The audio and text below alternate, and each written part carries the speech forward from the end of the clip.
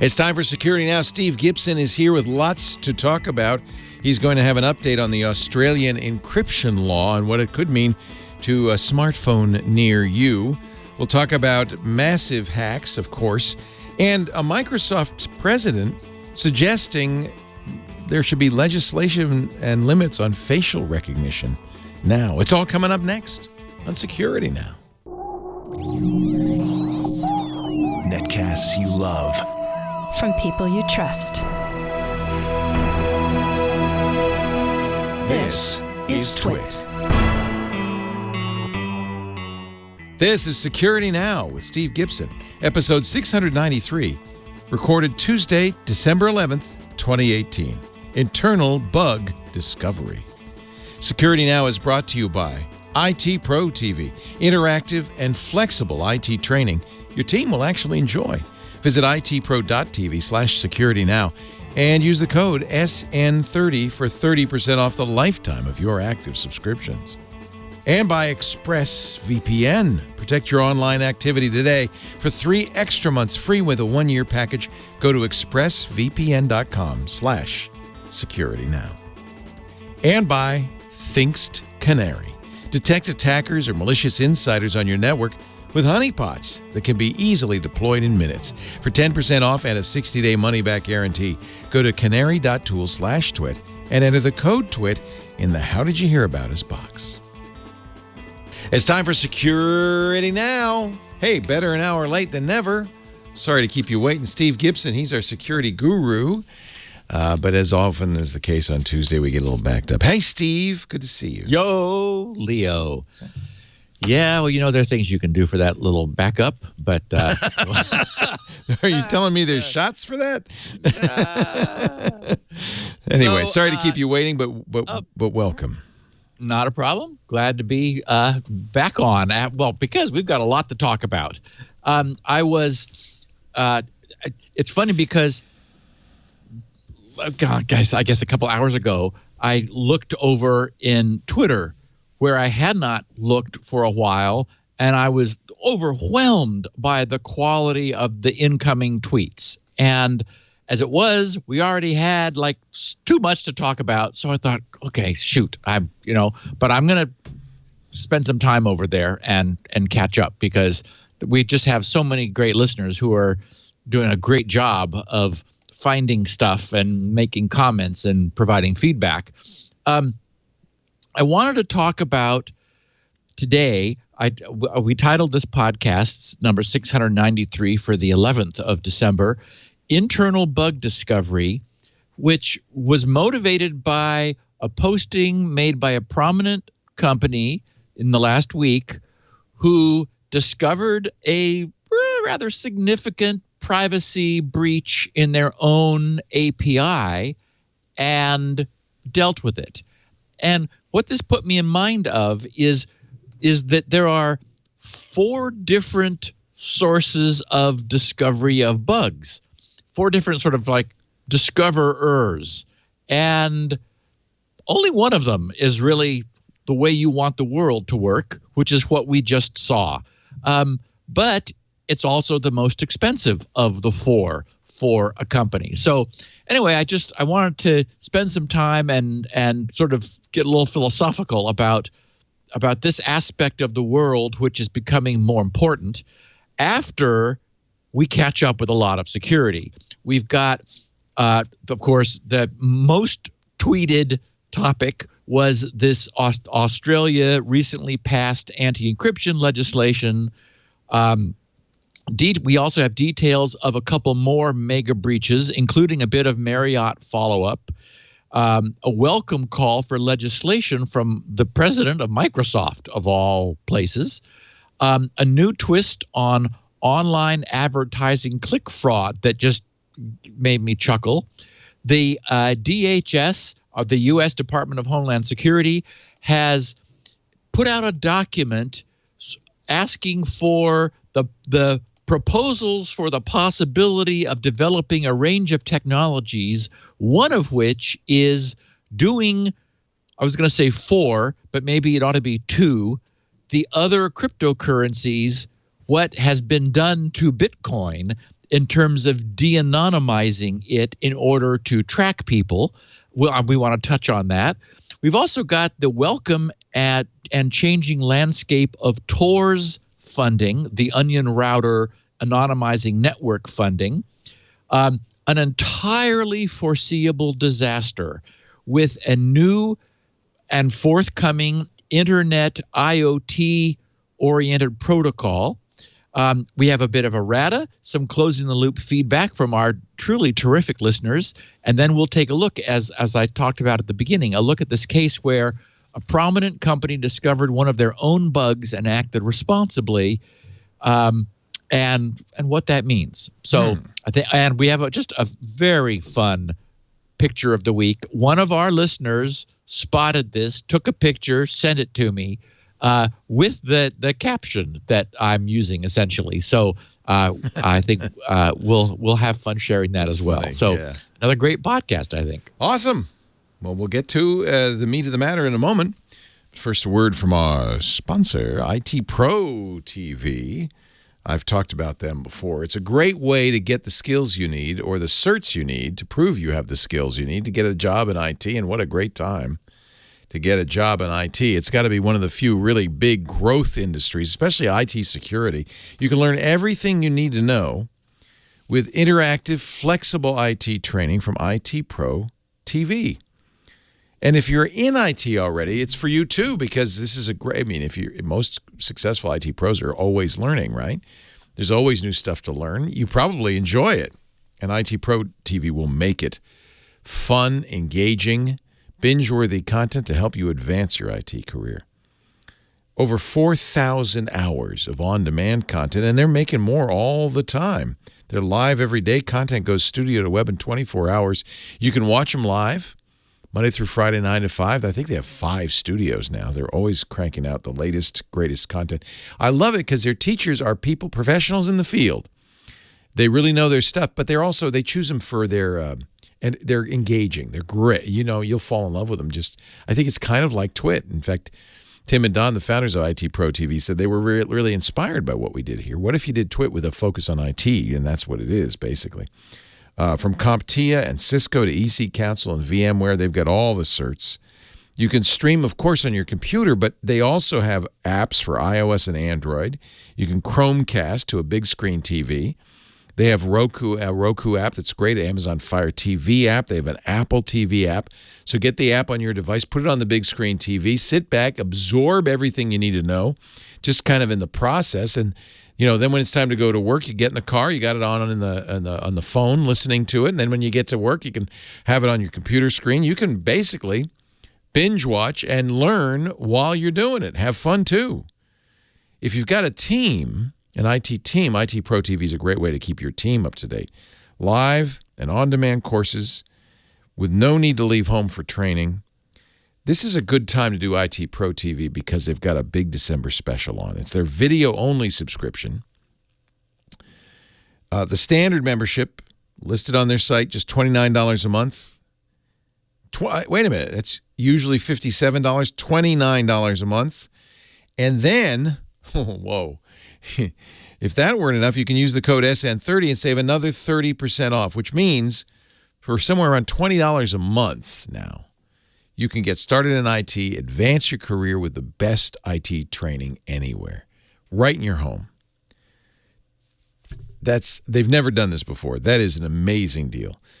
This will be the perfect time for you to start a new life and a new career in IT. Maybe get that cert you've been missing or tune up that skill. Or, a lot of people I know watch IT Pro TV, not because they want a career in IT or they're working in IT, but just because they want to know more. They want to learn how to use Wireshark, or they want to be able to, manage their home office, that kind of thing. This is the biggest sale they've ever done.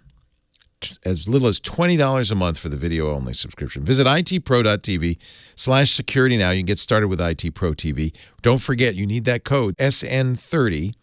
SN30. That'll give you 30% off the lifetime of all active subscriptions forever, as long as you stay active. I don't know why you wouldn't rush to the web and do this right now. itpro.tv/security now. The code is SN30. 30% off, as low as $20 a month. IT Pro TV. Flexible training, binge-worthy content, life-changing results. Let me give it to you one more time. Write this down now. itpro.tv/securitynow and the offer code SN30. We thank them for their support of Security Now. On we go, Steve. So, anyway, our picture of the week is just a kick. It's a photo that one of our listeners took of the back door of LogMeIn's location. That's funny. We know that because there's the LogMeIn logo prominently shown, and then the door below that says use main entrance with an arrow pointing to the left. And so this was sent to me with the caption, apparently LogMeIn has a back door. Okay. Anyway. They do not have a real back door. Well, they do have a real back door. They don't have a virtual back door. Just to be clear. Their back door is in the physical world, not in the cyber world. Yes. So, unfortunately, speaking of back doors, Australia's Telecommunications Assistance and Access Bill. Yeah, I was wondering what you'd say about this. Yeah, of 2018. Last Thursday, Australia's House of Representatives has finally passed what is known as formerly the Telecommunications Assistance and Access Bill of 2018, less formally known as the anti-encryption bill.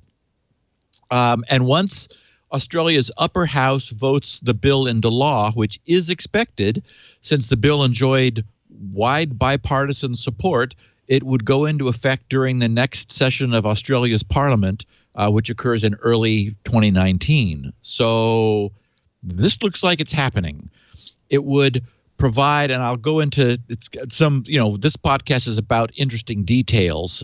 So I want to cover a little bit of probably what the regular mainstream press doesn't talk about.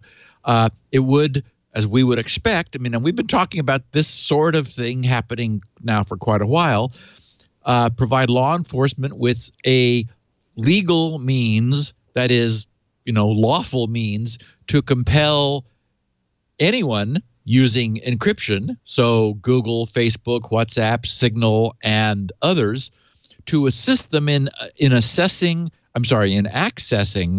the encrypted communications of their products and platforms. So the way this thing is written, they use the term notice in an unusual way, but it takes a form of three so-called notices. There's the TAR, the TAR, which is the Technical Assistance Request.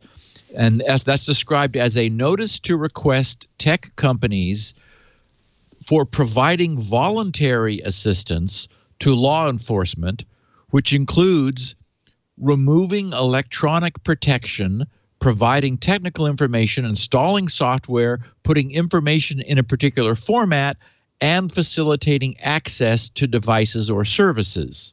Okay, so voluntary is like the key word there. That's the technical assistance request. Then there's the TAN, the technical assistance notice, which the bill states is a notice requiring, rather than requesting, technology companies to provide assistance they're capable of providing that is reasonable, proportionate, practical, and technically feasible, giving Australian agencies the flexibility to seek decryption of encrypted communications in circumstances where companies have existing, and that's key, existing means to do it.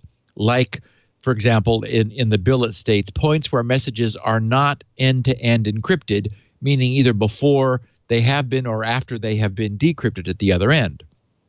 And then the TCN is the so-called Technical Capability Notice, which is issued by the Attorney General requiring companies to, quote, build a new capability, unquote, to decrypt communications for Australian law enforcement.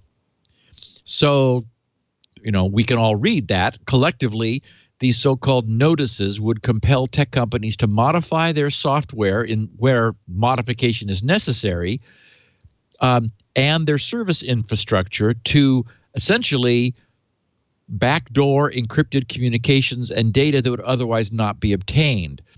The bill itself I looked at, and it is incomprehensible to a lay, technologist. I mean, it is just, I think it was 218 some pages. However, I found a sort of a digest of it, which is more conversational and has some back and forth and breaks these things down. So I want to share a couple things because, for example, Apple was involved in providing feedback.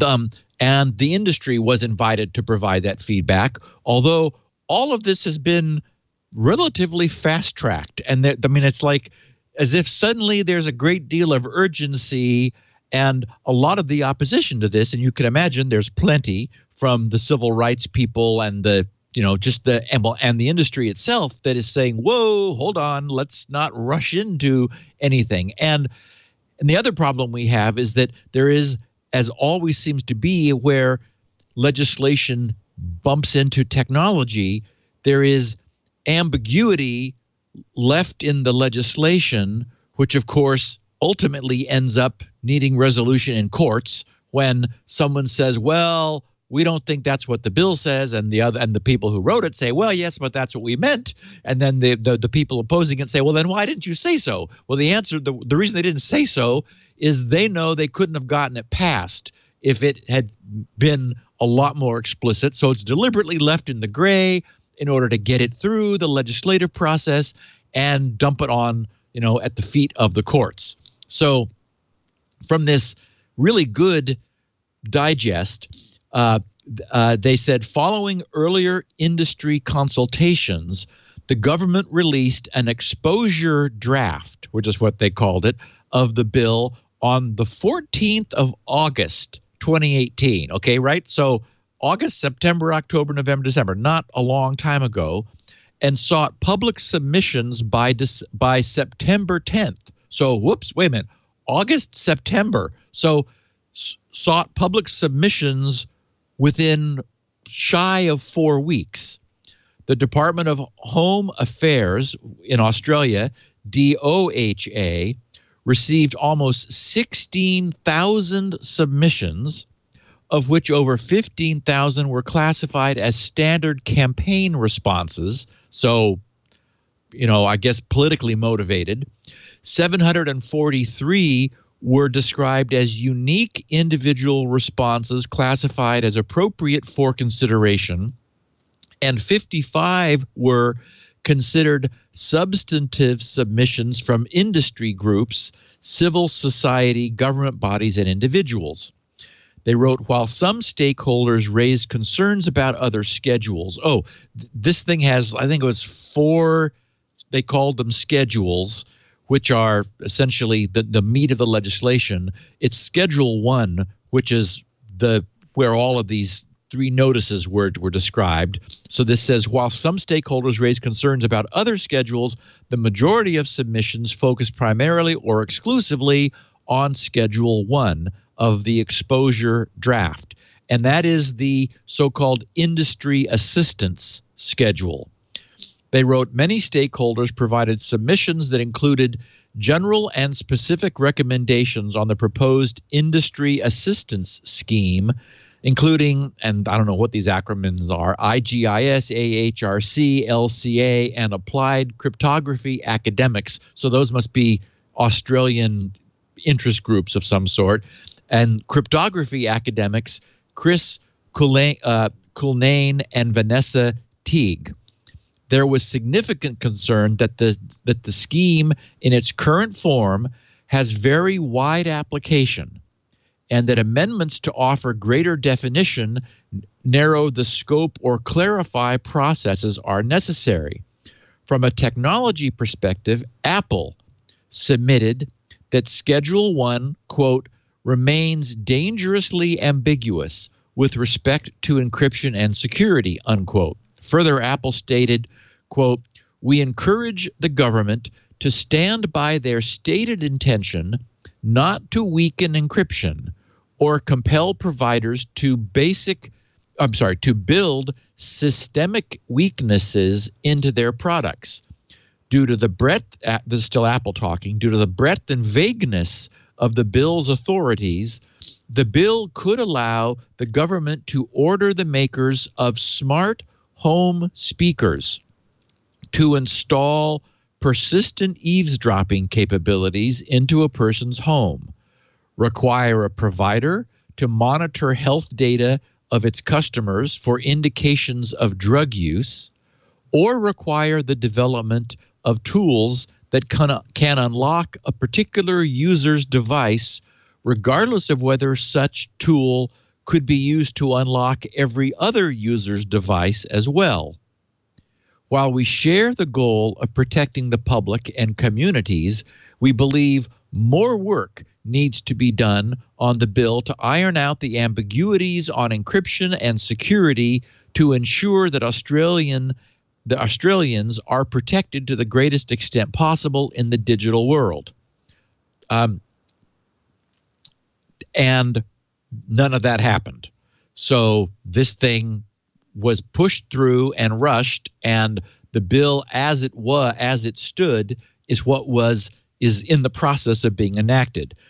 So for its part, the government argues the new legislation, naturally, we've heard this before in various forms from multiple governments, for national security and an essential tool to help law enforcement and security agencies fight serious offenses such as crime, terrorism, drug trafficking, smuggling, and of course, it's in there, the sexual exploitation of children.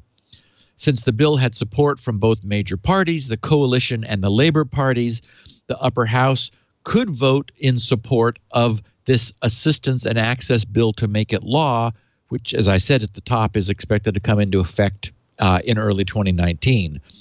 The bill states that the tech companies cannot be compelled to induce a systemic weakness or systemic backdoor into their legitimate software or hardware, or to remove electronic protection like encryption to satisfy the government demands. So again, here we have this weird collision of non-technical intent and the statement that like what the bill cannot be compelled to cause companies to do, yet they're being compelled to essentially, break encryption in some form or fashion. So, okay. So, who knows how this is going to end up coming out. Instead, the new legislation contains measures aimed at facilitating, this digest says, lawful access to information through two avenues: decryption of encrypted technologies, okay, and access to communications and data at points where they are not encrypted. So I guess somebody has told these legislators that, it's not necessary to decrypt the data if you just get it before it's encrypted or after it's decrypted. So the bill stipulates, quoting from the bill now, quote, "We encourage the government to stand by their stated intention." Oh, I'm sorry, that's what Apple had said before. So we have, as we've said before, this Five Eyes nations and this so-called going dark problem that we've talked about. I looked around at what various technical outlets were having to say about this. One said that since Australia is a member of the Five Eyes Alliance, along with the United States, the UK, Canada, and New Zealand, which last month declared that, quote, privacy is not an absolute, unquote, and the use of end-to-end encryption, quote, should be rare, unquote, the new bill could be a stepping stone towards new encryption laws in other nations as well. I mean, and that's what we're seeing. We're seeing everything. Well, look at the GDPR. We're seeing everything sort of creeping forward. Australian Prime Minister Malcolm Turnbull has previously made his position on encryption clear last year, saying that the laws of mathematics are very commendable, but the only law that applies in Australia is the law of Australia. So, and Apple at some point responded to the new bill by making their submission to the Australian government, saying that encryption is simply math, and any process that weakens the mathematical models that protect user data for anyone will by extension weaken the protections for everyone. So anyway, I really do think that, this is the interesting thing. I mean, this will be probably the most interesting issue in 2019, given that Intel's processors have now been fully examined and don't have any more disasters waiting for us and surprises, because even as we've talked about in the U.S., there is this notion of warrantable examination. That in the U.S. privacy is not an absolute. You need to get a search warrant, in which cases you're able to search under that warrant. And we do have a philosophical collision here between math, which when properly implemented, as Apple says, is absolute. It can provide absolute encryption that a third party, it's unlike the front door of a house that can be broken into. So anyway, it just looks like this is a battle between governments and the forces that want to protect our privacy. And I expect governments to win because they're able to ask for what they want. And Leo, I like your take when you talk about the amount of visibility that now exists as a consequence of the incredible use of electronic communications compared to decades ago. And your analogy, I think, is really good about a few dark pixels on a high-res screen, and they don't want any pixels that are that prevent them from seeing absolutely everything they want. That's Phil Zimmerman's, the creator of PGP's analogy. And he actually coined Zimmerman's law that with the advance of technology, the surveillance would advance, comparably. We were talking about The Bodyguard, that 4-part or 6-part episode on Netflix. Yeah. From BBC. And one thing I noticed watching The Bodyguard is and I think it's accurate, especially in the UK, the amazing amount of information they can get just because everybody's on camera. Yes. Well, pull a camera for that. Pull the camera from that. And I think that's a lot of what police work is these days. Well, let's see the video from last night because we have it. We got eyes everywhere. Right. And it's now become a staple of TVs and movies where the detective goes out to the scene and then slowly does a 360 looking for all the cameras that happen to be that happen to have that region in their field of view, and then says to their underling, okay, go pull the tapes. Yep. Yeah, exactly. So, talk about surveillance. And then you've got all of the information that you can get from a phone that the carrier has, including location information. It's the encrypted messages seems to me to be the smallest part of the information. Well, and in fact, we've talked about this in other contexts where we might call everything else the metadata, like, the envelope on the letter. And sure, you may not know what's in the letter, but the fact of the metadata tells you who's talking to who. You get to build a whole network of intercommunications. And as we know, none of that is protected. It's only the content. And sure, they'd like to know what's there, but even absent that, it's a surveillance dream for law enforcement. And as you and I both said, I mean, of course, we want bad guys to be caught. We don't want terrorists to act with impunity, but they have a lot of information, and the bigger issue is that any compromise of the encryption integrity of any of these devices is going to not only let law enforcement read it, but bad guys will get access to it too. And who knows what the security of a phone would be like that's been compromised like that. It's just it would be bad for everybody. I don't know what the answer is. You at one point thought that it would be possible.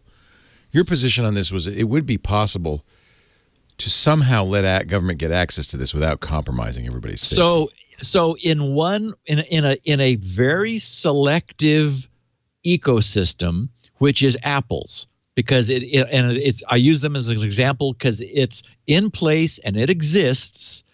It would be absolutely possible for Apple to curate a master key for each of their devices, so which does create a concentrated, massive, region of responsibility. But we know how to protect secrets, and I mean that's what Apple will end up doing if this legislation happens. Then the model on the iOS platform will change, and when the device is created, everything's already in place. Devices have unique secrets. They've got unique keys. They've got secure enclaves. All of the infrastructure is in place. All that has to happen is that under encryption, the device sends an additional unlock key to Apple, who then stores each of its customers' devices' unique unlock key. It doesn't weaken anything. All of the technology is there, except it does create, inarguably, a single point of failure and a great deal of responsibility. But given that, what it means is that Apple could respond to a subpoena for a specific device, so that, for example, after the terror attack that generated so much news here in Southern California, Farouk, was it? Farouk, or I don't remember his name now.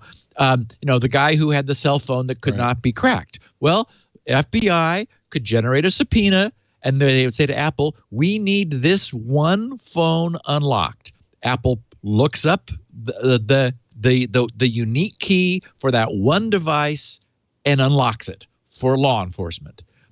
In no way except that Apple maintains a master key for each of their devices. So they'd have to keep that secure, but I think they could do that, right? Yes, and that's my argument, is that when I get the theoretical ivory tower, there's no way to do this without installing a backdoor or weakening security. That's just not the case.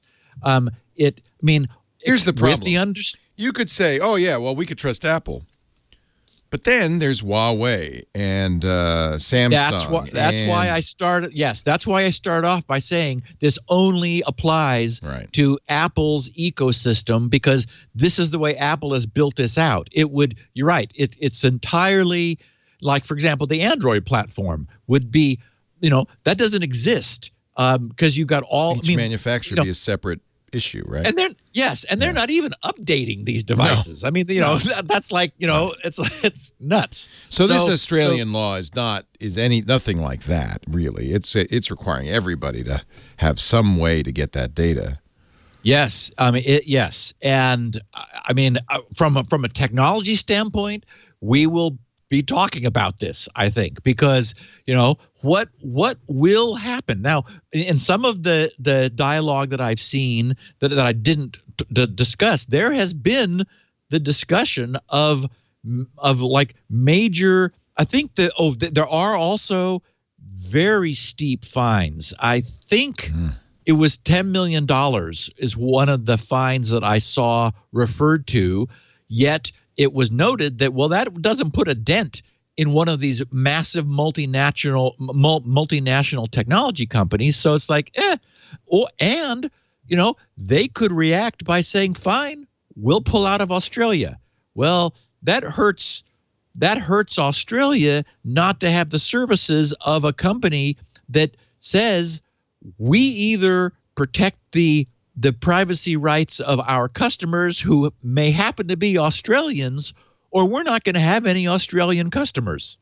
So, I mean, but on the other hand, what have we seen before? We've seen Google initially pull out of China when China said, we need you to, filter and play by our rules. Google initially said no thanks and pulled out. Well, then they came creeping back in a few years later. So I think ultimately I do believe technology can provide answers. And I get it that the ivory tower cryptographers would rather say it's impossible. But nothing is impossible for technology, for math. So I imagine we'll end up finding some solutions, and it's going to be, a great topic for Security Now. Well, we'll see. As you say, we'll be reporting on this more. Yep. In future. So, one of the questions is, how do we get companies to be more responsible?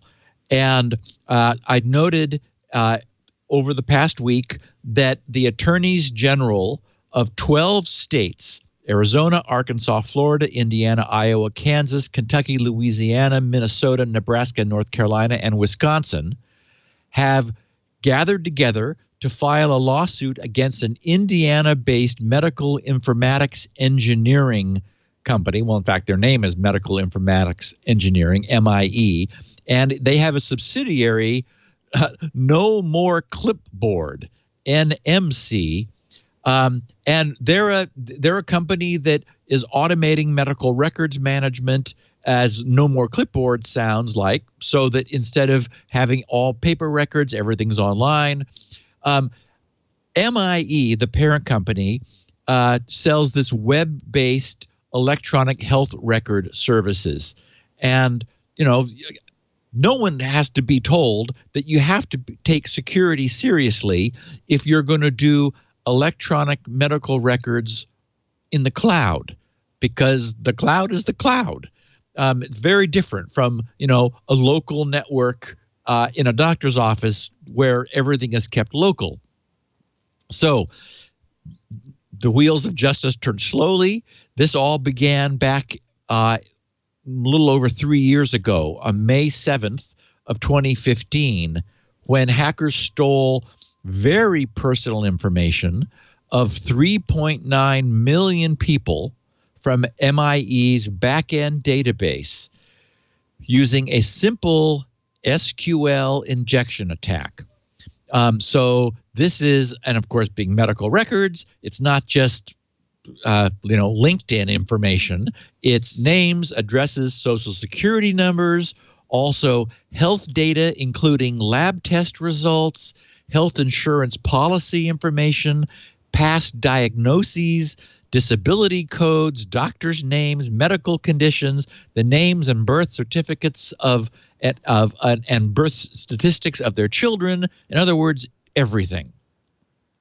So this joint complaint accuses MIE of failing to properly secure its computer systems, not telling people about its system weaknesses of which it was aware, and then failing to provide timely notifications of the incident.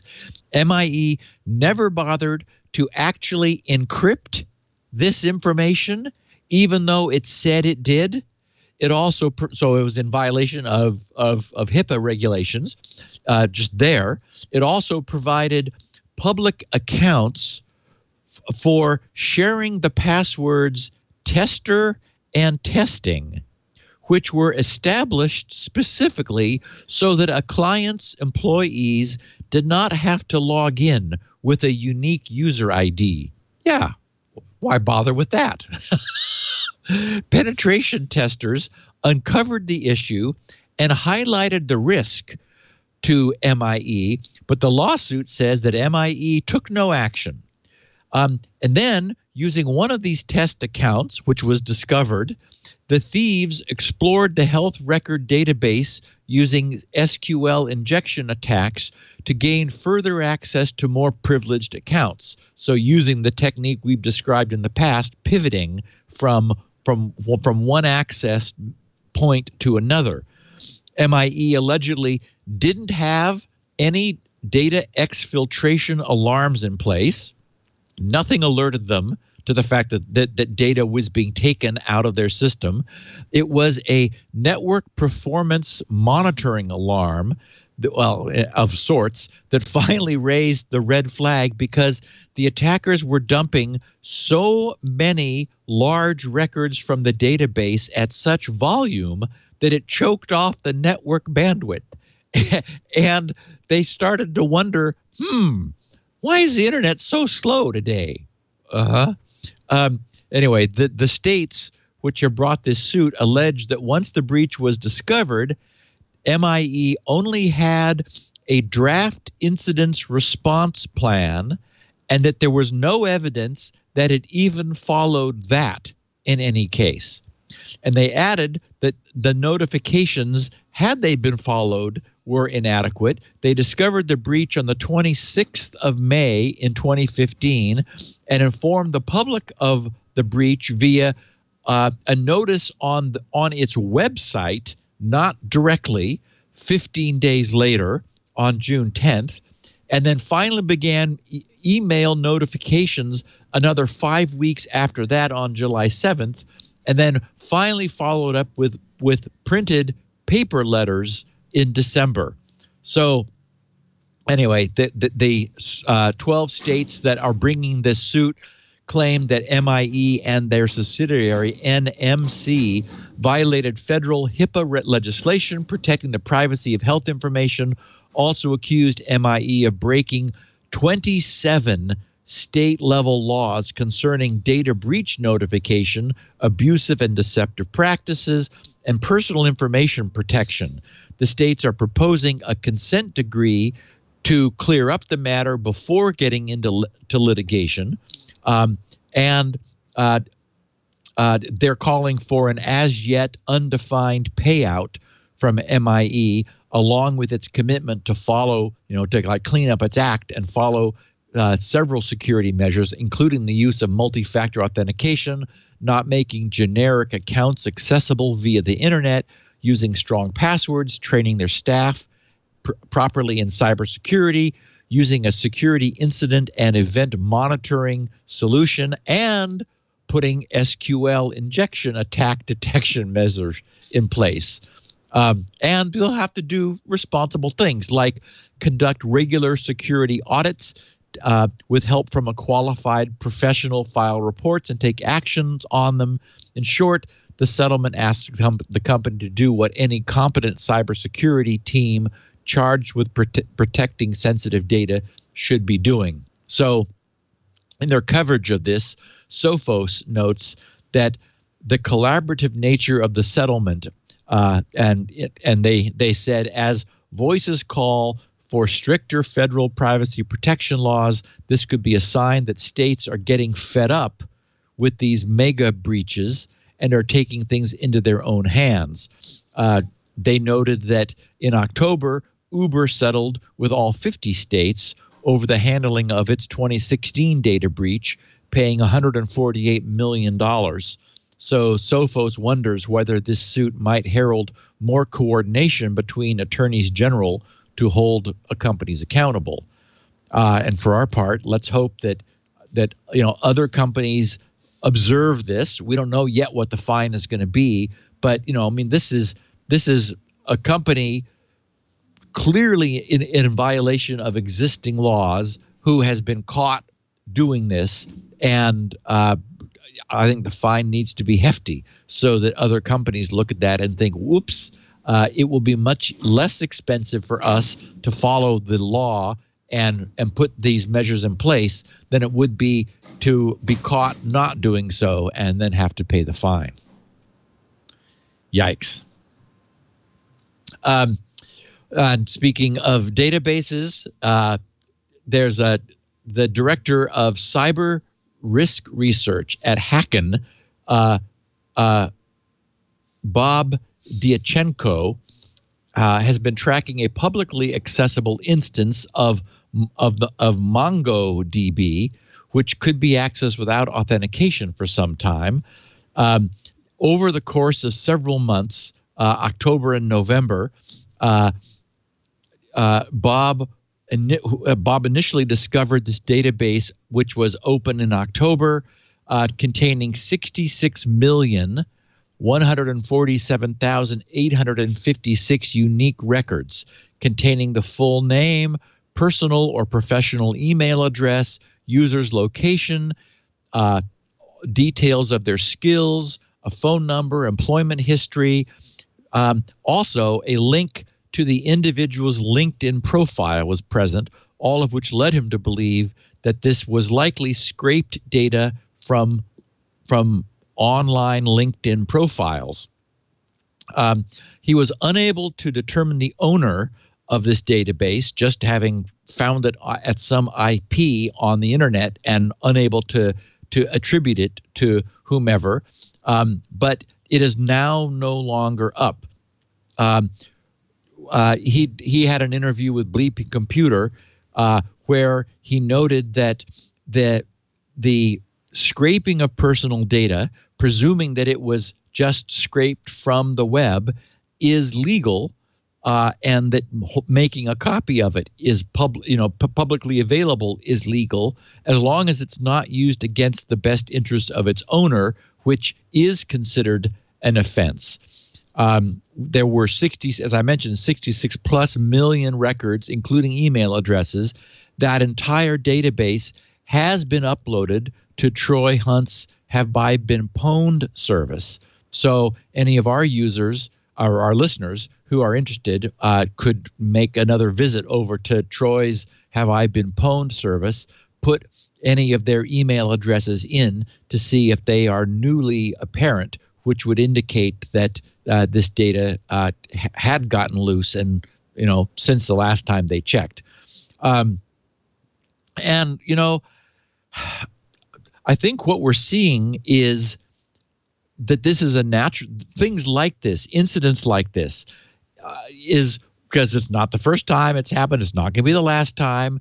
It's a natural consequence of there now being a global network of commercial entities that are wanting to share and exchange data. And that coupled with the incredible dropping cost of long-term high-volume mass storage, which means that everybody can have a copy of everything, and the inherent resale value of aggregated personal information on millions of individuals. And as has been observed before, we're no longer the consumer who is buying, but rather the details of our existence is the product which is being sold, completely without our knowledge or permission. We've talked about Equifax that has all of this data that they have, vacuumed up and assembled and then are reselling for their own profit, completely without our knowledge or permission. So, I get it that many people will not and do not care about the circulation of their personal information. But for those who do, I think the only recourse we have is, minimizing what is put online where possible. And in many cases, it's not possible to do that. But also, for example, in the case of the firms that provide us the ability to lock access, like the large credit clearing houses, preventing third parties from using them to acquire credit in our name, thus essentially affecting a form of identity theft, really does make possible. Leo, you and I have talked about this, the idea of locking access if we ourselves are not applying for credit actively.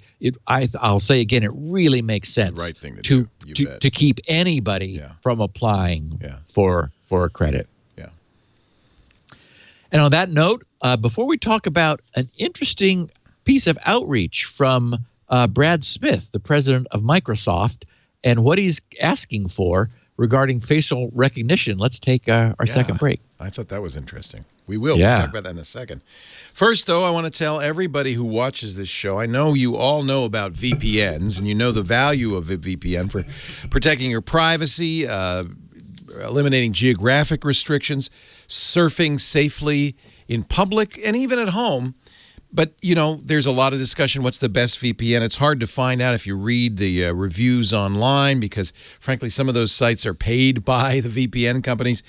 I'm going to tell you it's ExpressVPN. And it's not just me. It's the #1 VPN service by the highly trusted Tech Radar. They gave it a #1 ranking. It comes with a 30-day money-back guarantee, so there's no risk for you. And if you read the privacy policy, it fits all the criteria that we have for protecting you. They don't log, they don't keep track of stuff.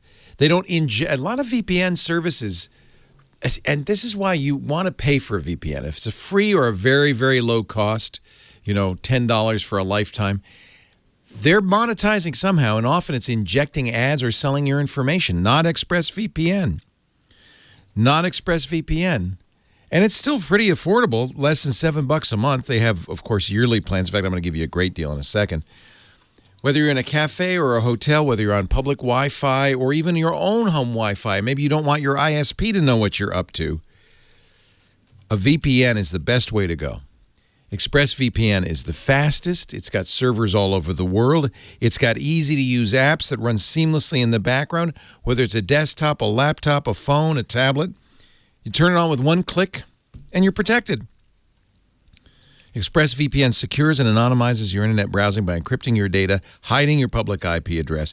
But remember, and I always say this, when you're using a VPN, you're trading your internet service provider or that internet cafe, you're trading them for the VPN provider. So it's got to be somebody you trust. That's where you're, exiting onto the web. That's who could track you, and that's why you want ExpressVPN. That's why they're #1. No, absolutely, regarding your privacy is top as the most important thing. Protect your online activity today. Use the best VPN service out there. And by the way, we're going to get you 3 extra months free when you buy a 1-year package. You go to expressvpn.com/security now. If it's too good to be true, it probably is. You need somebody who's really going to look out for you. expressvpn.com/security now. 3 extra months free with a 1-year package. expressvpn.com/security now. Now more than ever. If you listen to this show, you got to protect yourself online. expressvpn.com/security now. Back to Steve. So this was interesting. On the 6th of this month, Brad Smith, the president of Microsoft, posted another piece on something he's been thinking about, clearly. This one was titled Facial Recognition, It's Time for Action. But what was interesting was that this, as I said, was the second of 2. And we didn't talk about this when he brought it up the first time back in the summer. July 13th was sort of his foundation-laying statement. And that's the one I wanted to focus on because he's just sort of reiterating that position last week. But on July 13th, he said, and this is what I think is interesting, he says, some emerging uses are both positive and potentially even profound. Imagine finding a young missing child by recognizing her as she is being walked down the street. And Leo, of course, this connects right into our discussion of cameras for surveillance a second ago. They're even more valuable if you've got face recognition on them, right? Yeah. He says, imagine helping the police to identify a terrorist bent on destruction as he walks into the arena where you're attending a sporting event. Imagine a smartphone camera and app that tells a person who is blind the name of the individual who just walked into a room to join a meeting. But other potential applications are more sobering. Imagine a government tracking everywhere you walked over the past month without your permission or knowledge. Imagine a database of everyone who attended a political rally that constitutes the very essence of free speech. Imagine the stores of a shopping mall using facial recognition to share information with each other about each shelf that you browse and product you buy without asking you first. He says this has long been the stuff of science fiction and popular movies like Minority Report, Enemy of the State, and even 1984. But now it's on the verge of becoming possible. He says perhaps as much as any advance, facial recognition raises a critical question. What role do we want this type of technology to play in everyday society? Then under the need, and he has a separate topic then, the need for government regulation. He says the only effective way to manage the use of technology by a government is for the government proactively to manage this use itself. And if there are concerns about how a technology will be deployed more broadly across society, the only way to regulate this broad use is for the government to do so. This, in fact, is what we believe is needed today. This is Microsoft speaking, a government initiative to regulate the proper use of facial recognition technology, informed first by a bipartisan and expert commission. And he says, so what issues should be addressed through government regulation? That's one of the most important initial questions to address. As a starting point, we, Microsoft, believe governments should consider the following issues among others. And these are the bullet points that I wanted to bring up. He said, should law enforcement use of facial recognition be subject to human oversight and controls? Should restrictions on the use of unaided facial recognition technology as evidence of an individual's guilt or innocence of a crime? Similarly, should we ensure there is civilian oversight and accountability for the use of facial recognition as part of governmental national security technology practices? What types of legal measures can prevent use of facial recognition for racial profiling and other violations of rights while still permitting the beneficial uses of the technology? Should use of facial recognition by public authorities or others be subject to minimum performance levels on accuracy? Should the law require that retailers post visible notice of their use of facial recognition technology in public places?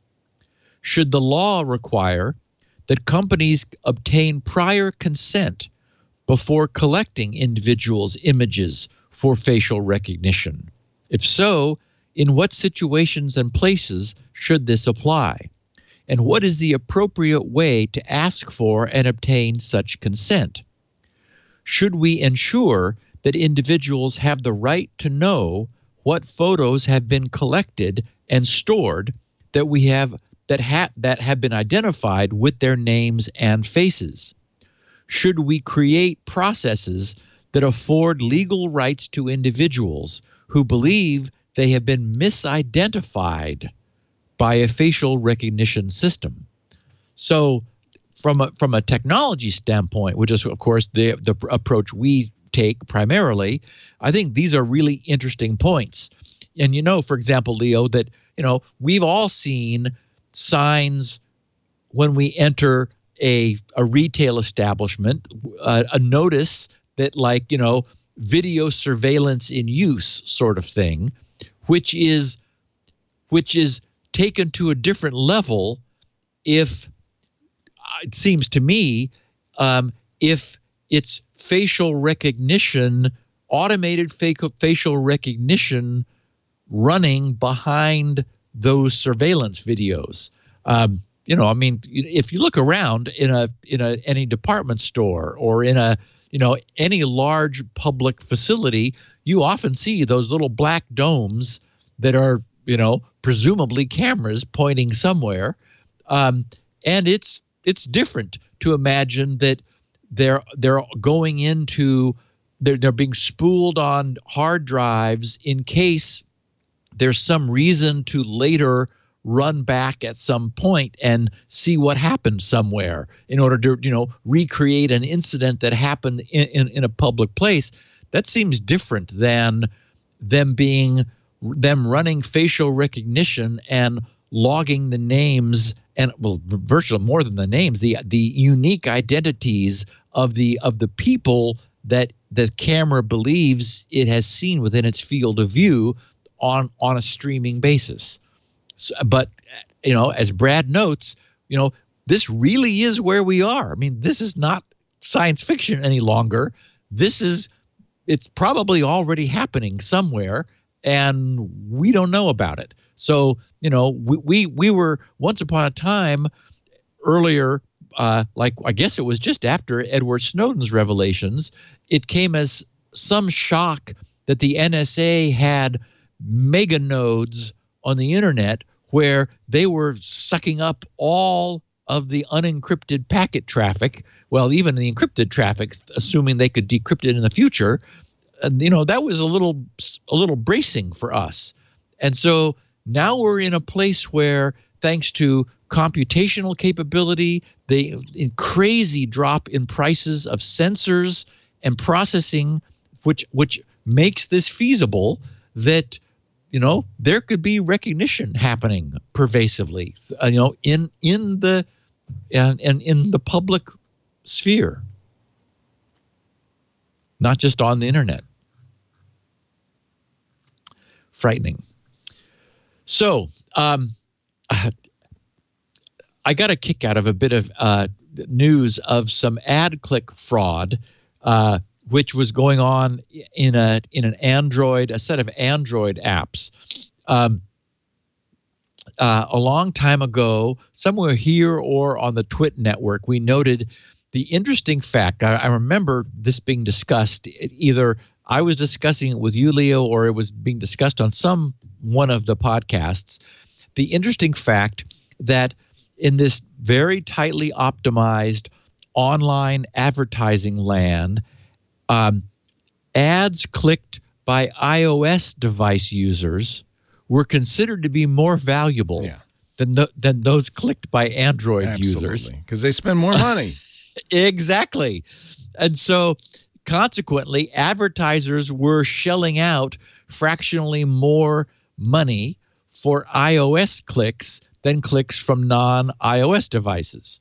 So it should come as a little surprise that since there's already no honor among thieves, Sophos recently uncovered 25 apps on the Google Play Store they're in the Google Play Store, so they're infecting Android platform, but they are spoofing what is already their highly spoofable user agent headers to lie about the device. Of course. Oh, golly. Of course. Whose user was supposedly, though not actually, clicking on web page ads. And of course, they are claiming to be various iOS devices rather than the devices they actually are, because it's already ad fraud. So why not get paid more for the spoofed click on an ad? Of course, why not? So anyway, I just got a kick out of that. The users of the Android devices are already blissfully unaware, because this is happening off screen that these clicks are being sent. Well, this is a really valuable click, honest. Yeah, exactly. So it's from somebody on an iOS platform. So pay us more. Wow. Anyway, that just was a quickie, but I got a kick out of it.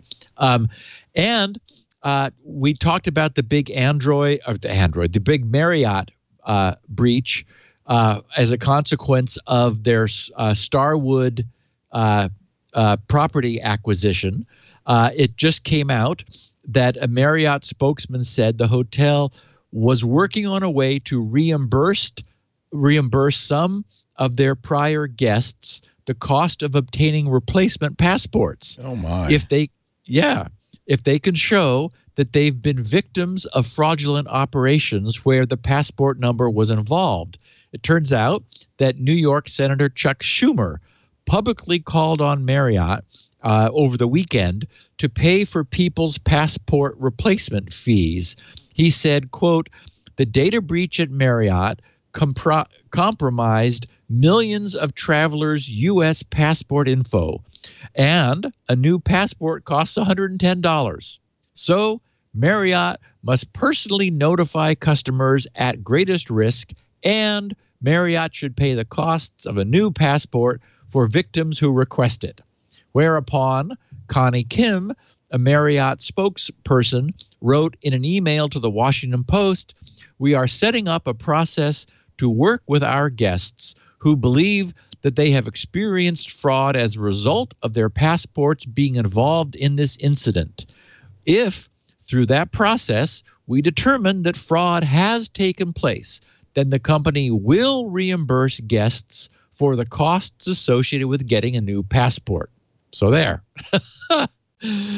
Anyway, it was a big breach, and as we know, it happened 4 years ago. Marriott acquired Starwood, all this collection of Starwood properties, about 2 years ago. So the breach happened to, not directly under their control, but maybe they didn't fully vet the properties that they required. Who knows what the backstory is? But it's nice that they're stepping up and being responsible. Meanwhile, the U.S. Department of Homeland Security hopes to deprivacyify, if that's a word, the explicitly private Zcash and Monero currencies. There's this thing known as a pre-solicitation document, which, and I have a link to it here in the show notes for anyone who's curious for all the details. And it also wants some other interesting technologies, like AI for image recognition of potential explosives in luggage. So the idea would be you'd run luggage through some imaging scanner, and they're wanting to see if they can develop AI to potentially, and I would imagine a human would get brought in if, depending upon how certain the AI was that an image was, might represent something explosive. But there's a whole bunch of cool stuff in this pre-solicitation document. I only wanted to talk about the last one on the list of items. They're looking for the same sort of transaction information for Zcash and Monero that they have been able to obtain for Bitcoin.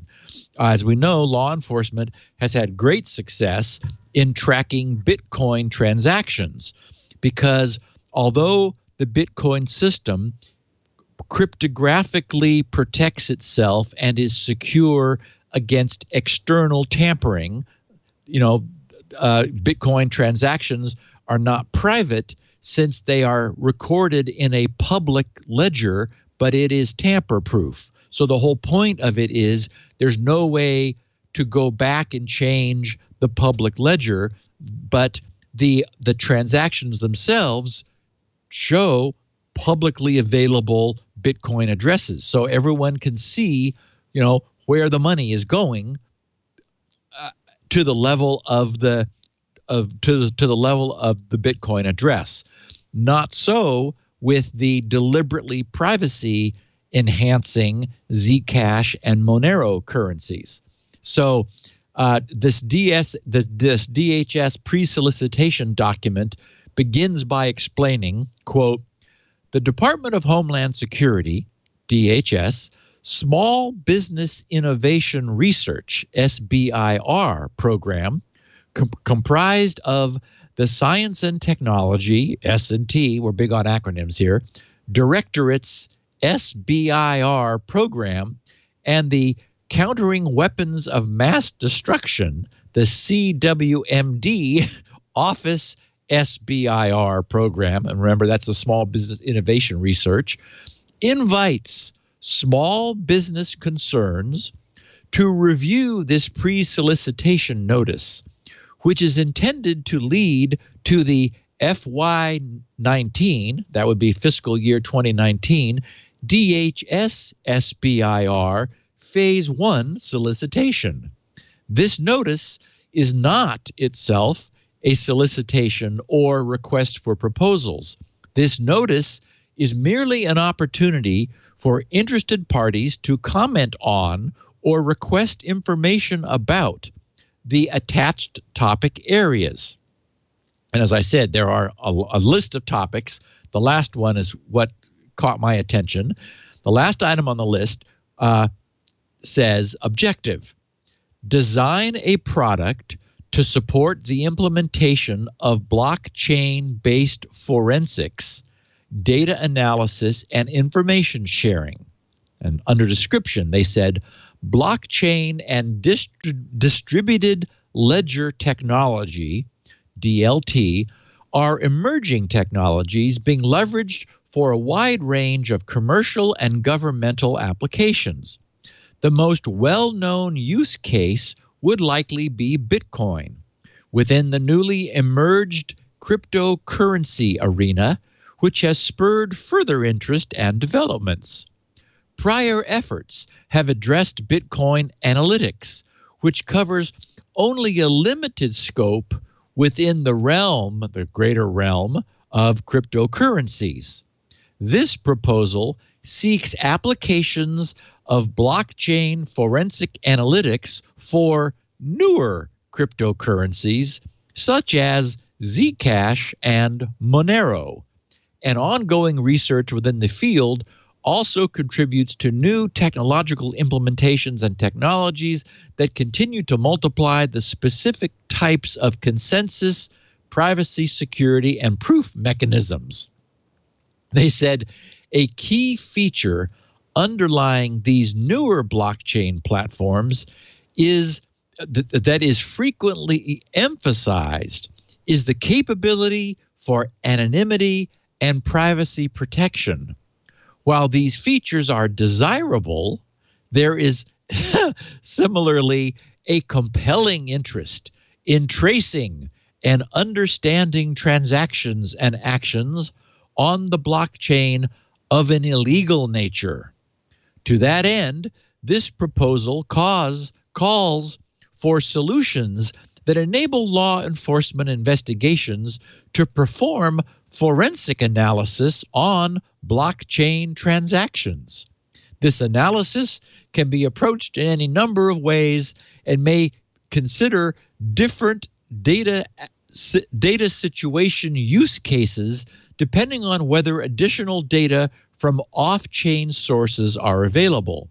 Furthermore, with the proliferation of new blockchain variants, the desired solution should either attempt to show generality or extensibility, or at least provide working approaches to treating newer blockchain implementations. And I had in the show notes here, but I won't go through it, different details. They break this into 3 phases.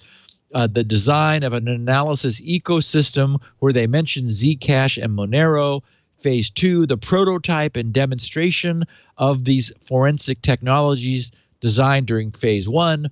And then phase 3, for commercial or government applications. So it doesn't take much reading between the lines to see that law enforcement is a little unhappy that the newer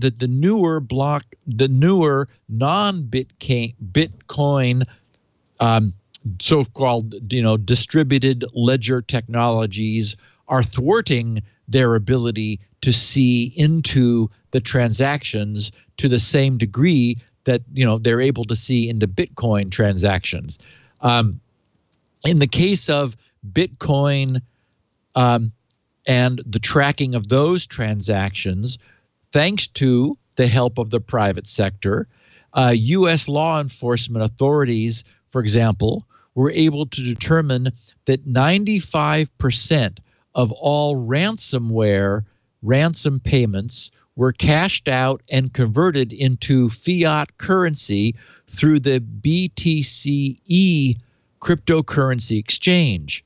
An international arrest warrant for the owner of this BTCE portal was issued, but the U.S. lost the extradition fight with Russia.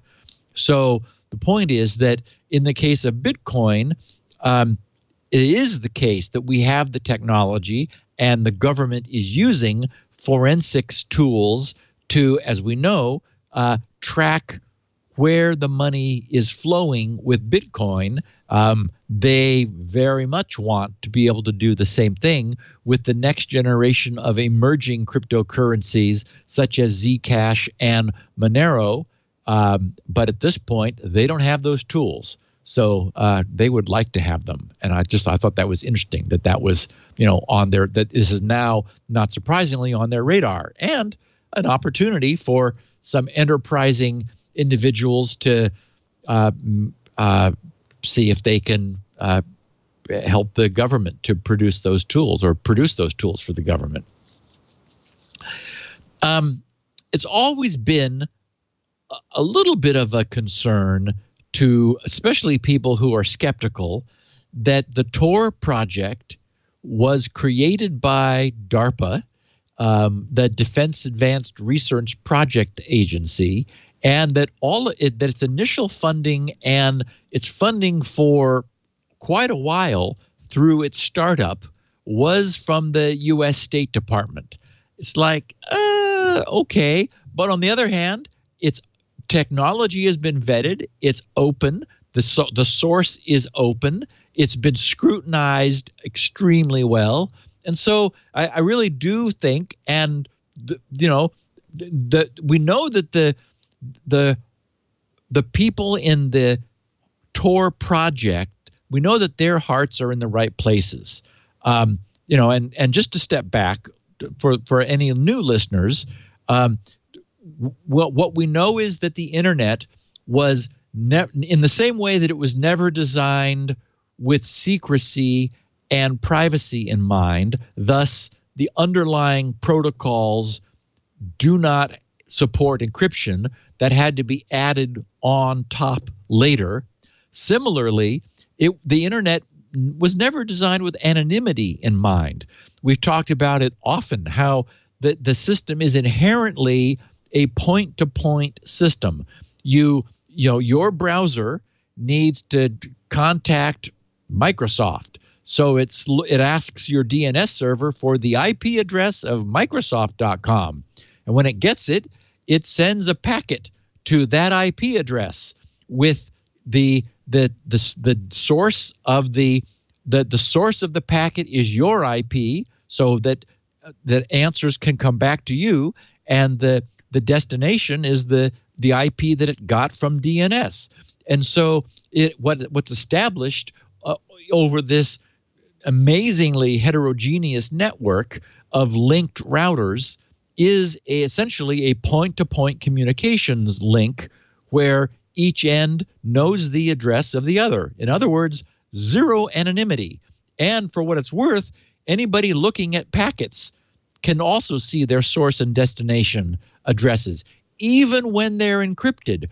When the packet itself contains an envelope whose contents is encrypted and cannot be seen, the addressing information, as we were talking about earlier, the metadata, is the source and destination IPs, which are out there for everyone to see because the routers have to have it in order to send the data back and forth between the two parties.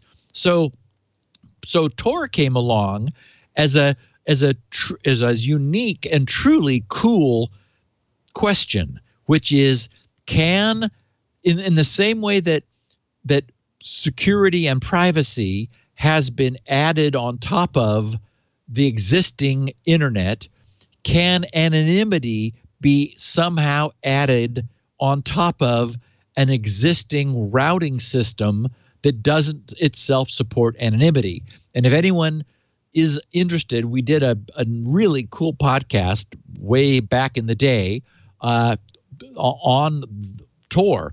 It was called The Onion Router, which is what the initials TOR originally stood for, about the technology that solved this problem to a very, very good degree.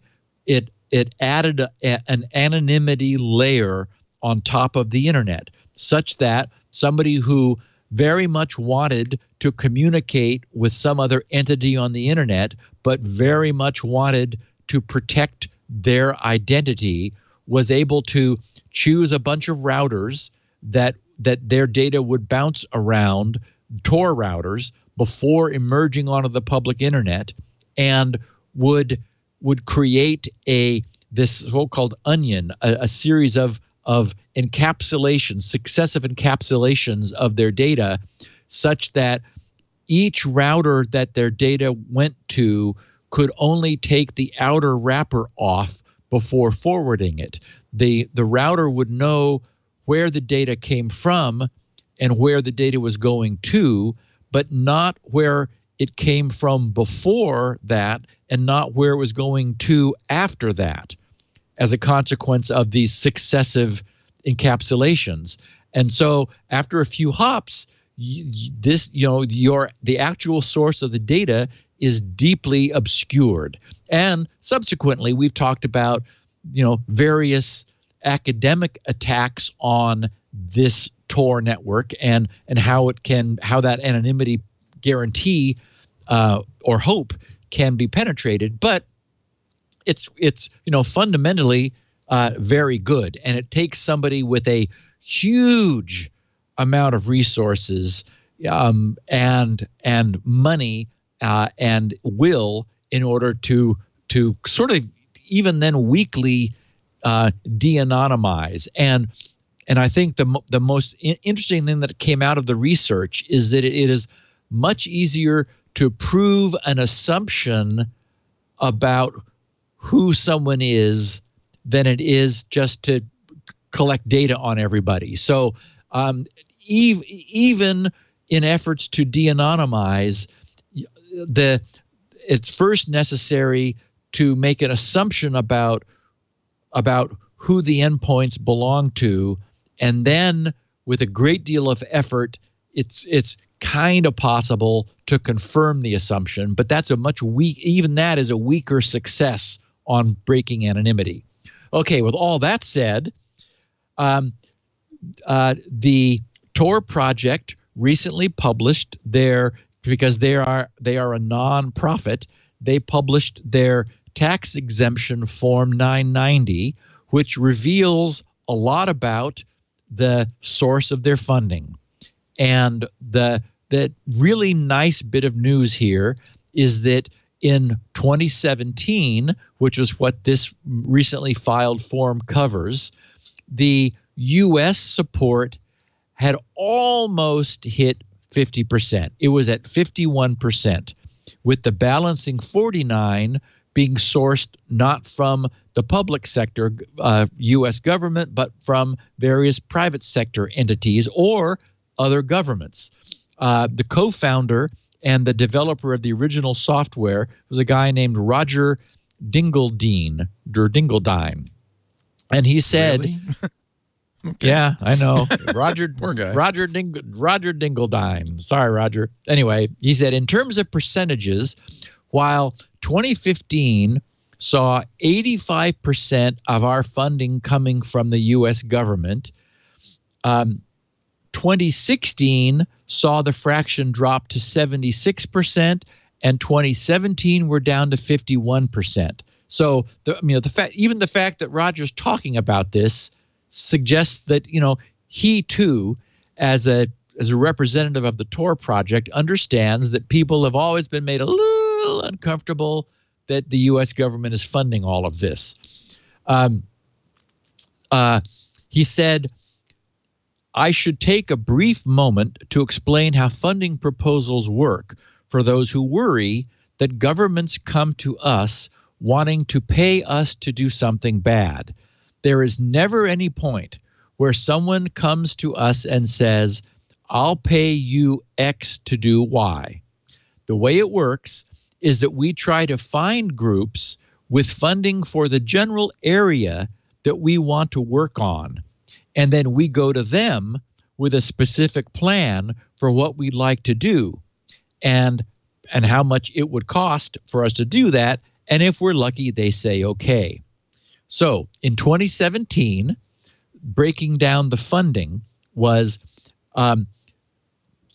just shy of $800,000, $798,000 came from the U.S. government-backed Radio Free Asia.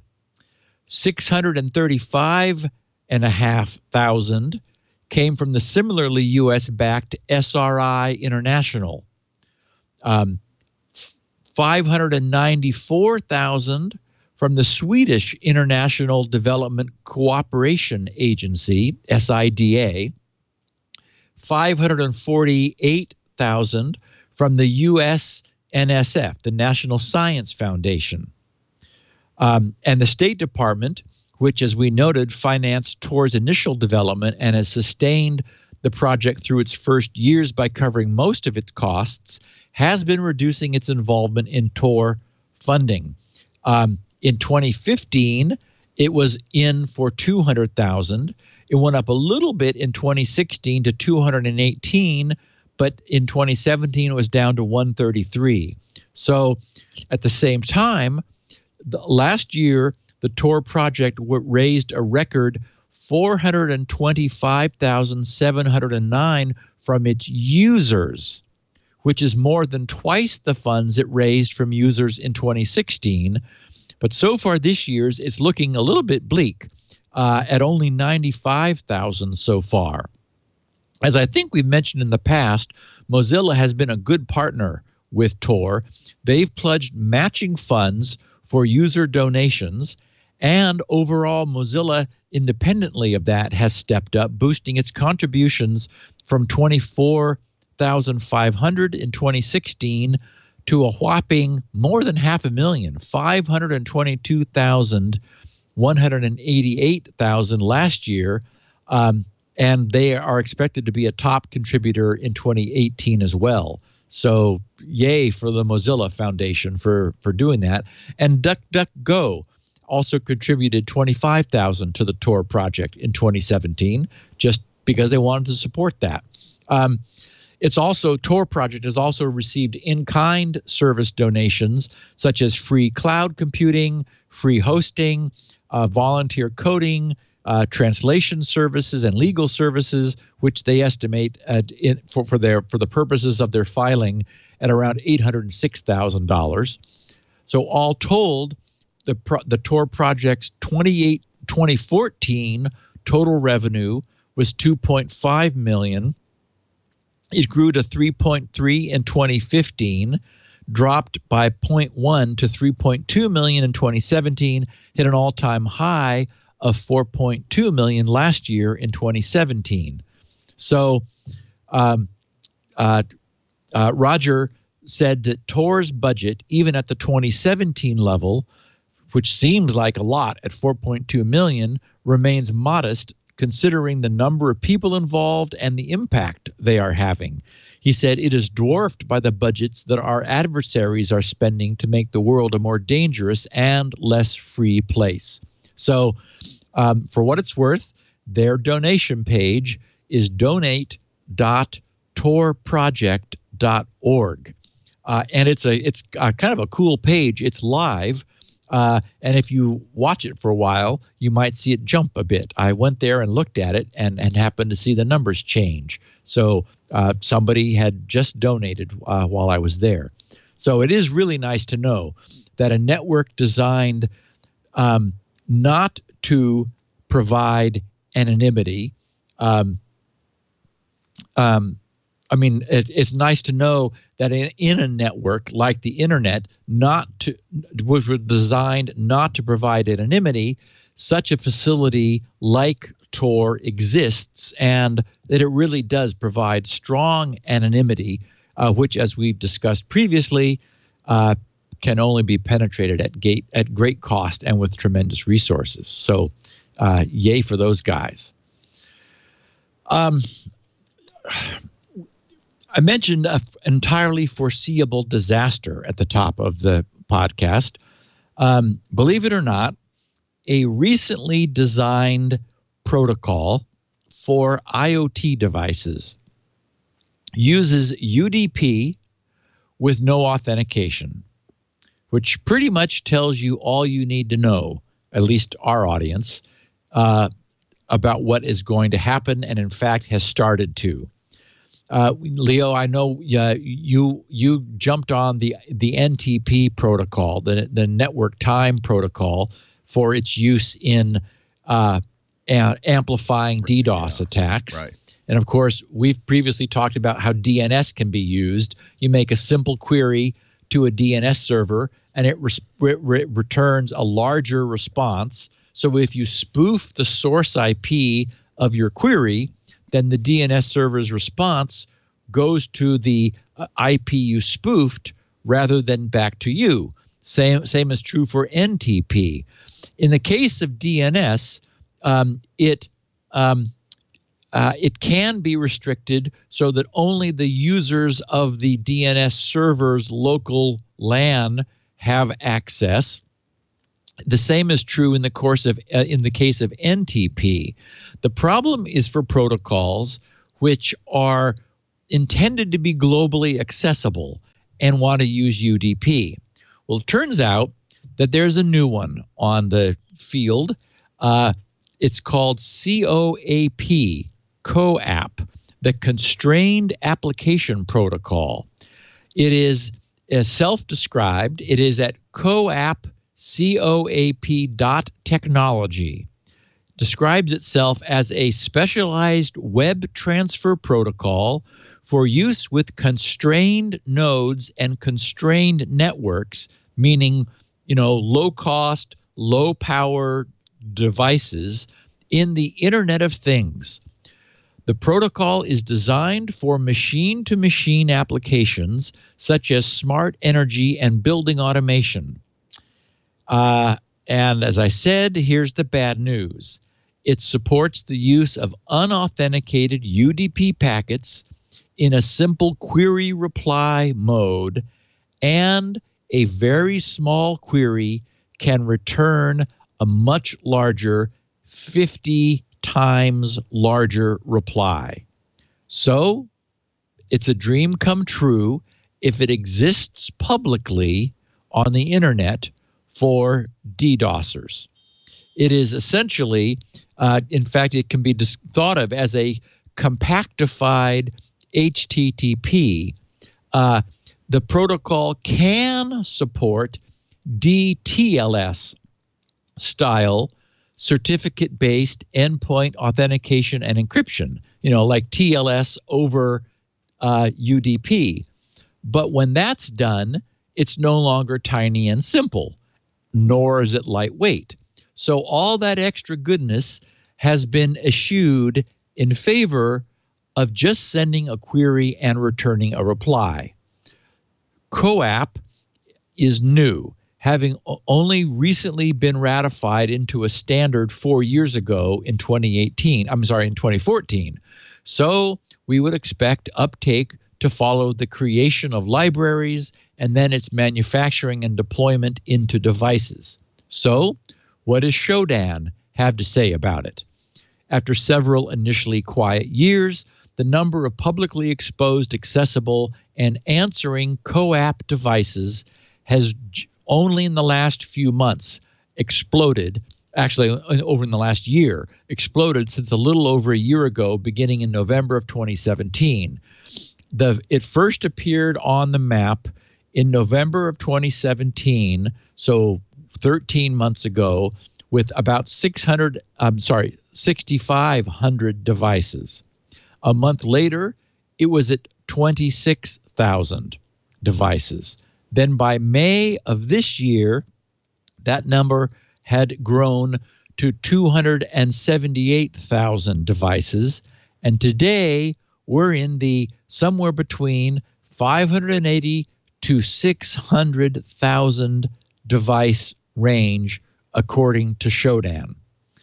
Dennis Rand, who is the founder of eCrime Labs, who has been monitoring the explosion of this protocol, watching this happen, believes that the reason for this explosion is CoApp's use as part of something known as the QLC chain, formerly known as QLink, which is a project aimed at building a decentralized blockchain-based mobile network using Wi-Fi nodes throughout China.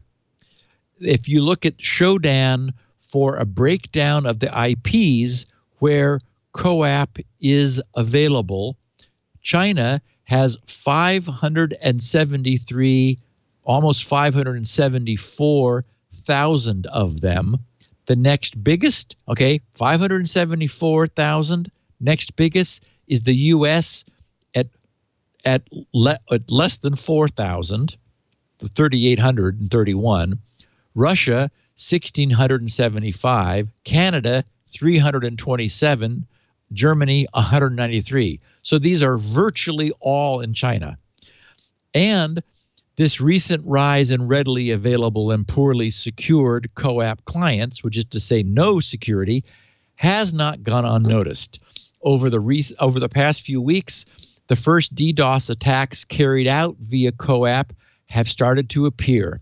ZDNet reported that a security researcher who deals with DDoS attacks, but who couldn't share his name due to employment agreements, stated that CoApp attacks have occurred occasionally during the past few months, and now with increasing frequency, reaching 55 gigabits on average. Remember, this is a factor of 50 amplification attack. So it is very simple to take compromised routers, bounce traffic off of them using their external UP&P exposure, bounce a little bit of traffic off of them from a spoofed IP, and have that traffic then hit a CoApp device, of which there are now 600,000, and have that device then amplify the traffic by a factor of 50 and send it on to its victim destination.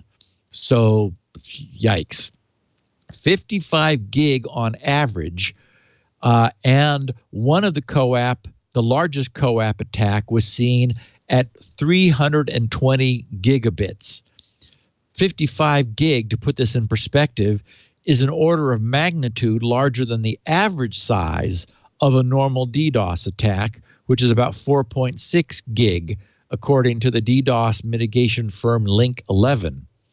Of these 580 some CoApp devices currently available on Shodan today, the same researcher told ZDNet that roughly 330,000 of them could be abused, so more than half, to relay and amplify DDoS attacks with an amplification factor of about 46, so roughly 50. And of course, all this was foreseeable. It turns out that the people who were doing this understood that UDP could be spoofed, but they did not build in a lightweight means of preventing that. What they unfortunately built in was,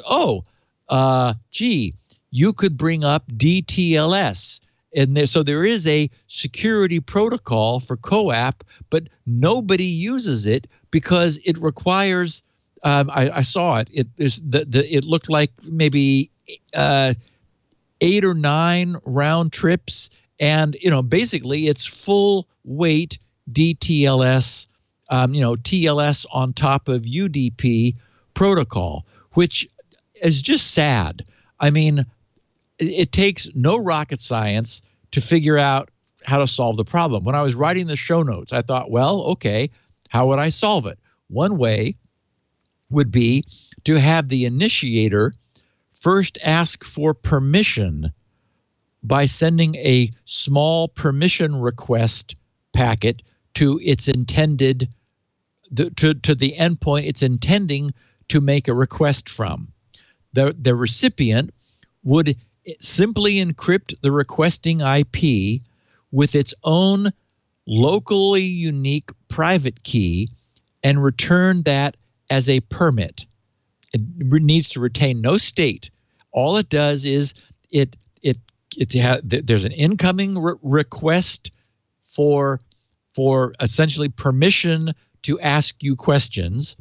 That recipient has, when it powered up, it generated a random encryption key. While it's powered up, it uses that to encrypt any incoming permission requests of the requesting IP and sends that back as a permit. Then only requests containing the proper permit, which match the requesting IP, would be replied to. This would require one extra UDP round trip, very lightweight, much lighter weight than certificates, and that extra round trip would only be required once per endpoint pair, so the overhead would be minimal. The recipient never needs to retain state, and only the endpoint asking the questions needs to retain permits for however long it chooses to, and it's able to request a renewed permit if it has decided to discard it. So again, it's not like these are hard problems to solve. There's a minimal implementation. This was very much like the stateless SYN solution that I came up with, which it turns out the industry had, Dan Bernstein had also come up with previously for Linux, which solved the problem of needing to maintain state when setting up a TCP stack. So again, this stuff is out there, but people are not bothering to take advantage of it.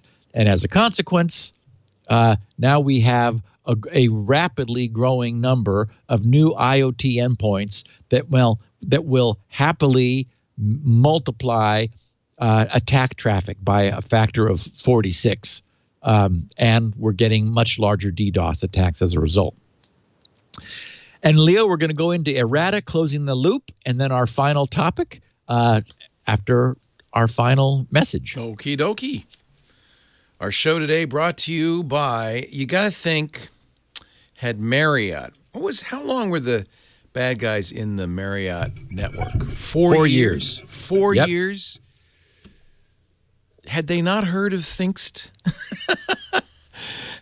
It's just mind-boggling. You would, if you're running a network and you're the IT department, you don't want it to show up on your resume that you had an intrusion and the hackers were wandering your network for 4 years. How poorly does that reflect on you when all you have to do is pick up a Thinkst canary or two? This is Ryan Huber of Slack. He's the Slack security guy.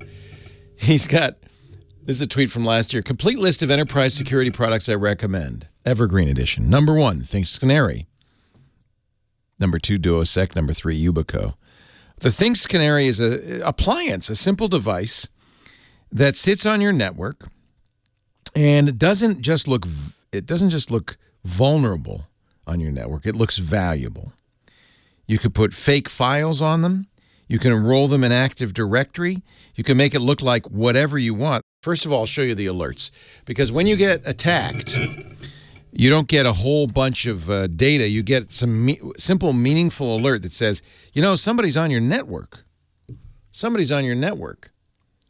We've got a canary right here, right in front of me. It's a kind of a small device. One active token, one deactivated token. The tokens are great because those are files you could put anywhere. I have tokens that look like, for instance, payroll information or social security numbers. My Thinkst Canary itself looks like a Synology backup NAS. And you could have it be and I have FTP turned on I have a web server turned on, port scan monitor, Windows file share turned on, port 139 and 445. Those numbers sound familiar. I've got SSH on port 22. Should a bad guy see this NAS with full delicious stuff on it, and even just tap it, just open it, attempt to log in once, I will get an alert immediately. But so I've called it Backup NAS in Leo's studio, but you can say, look at all the personalities. I love this one, Christmas tree, all services enabled. You can be a Windows Server 2012, 2018, 2003, 2000, Windows XP desktop file share, Windows 8 file share, MS SharePoint 2010, IIS, you can have Linux. Here's a Mac OS 10 file share, Dell switch. When I turn this on, the Cisco router, for instance, it immediately becomes a Cisco router with the MAC address and everything. Here's the Cisco MAC suffix. It is indistinguishable from the actual Cisco router. And I put some vulnerabilities on it. I turn on a few little doohickeys, and all of a sudden, boom, I have something on the network that looks really juicy. It's something a hacker just can't even walk away from.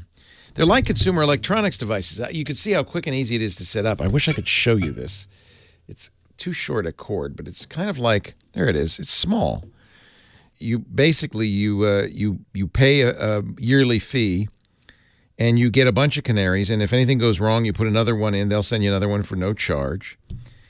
You get 100. You don't get 100% of the alerts from your canary. You get one high-quality alert when it really matters. We had a perfect example. Megan was reviewing for one of our shows. I can't remember what company, Western Digital or somebody. They had one of those network-attached storage devices. And it went out and surveyed our whole network and looked for a whole bunch of stuff. And all of a sudden, I'm seeing this alert saying, what is this? And Russell said, what is this? So we went and we looked, and we found out it was this device Megan put on the network. I was actually quite glad to learn about what it was up to. I don't think it was malicious, but the point is I learned about it. They didn't get to wander the network unnoticed for years. The company behind Canary, Thinkst, has been in the security game for nearly 2 decades. They've trained companies, they've trained militaries, even governments on how to break into networks. So these are basically white hat hackers who know how people operate on networks. They designed the Canary. Instead of some big, massive upfront cost, you license them annually. If a bird breaks during the year, they just replace it. The pricing is nicely done so that you can, if you want, try a few, then scale up as you want. There are small shops with 2 canaries. There are some large banks with hundreds of canaries. It's best security practices. These are honeypots, but honeypots that are easy to deploy, easy to configure, and they support the canary token so you could put additional files, scatter them around. They're deployed all over the world, literally on all 7 continents.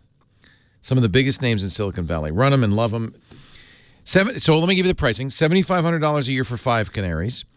You also get a hosted console. You get upgrades, support, and maintenance for a full year. But we've got, of course, a special deal for you. If you go to canary.tools/twit, use the code TWIT in the How Did You Hear About Us box, 10% off forever, for life.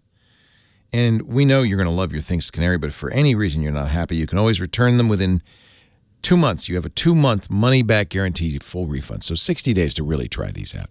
You're not going to return them because it gives you peace of mind.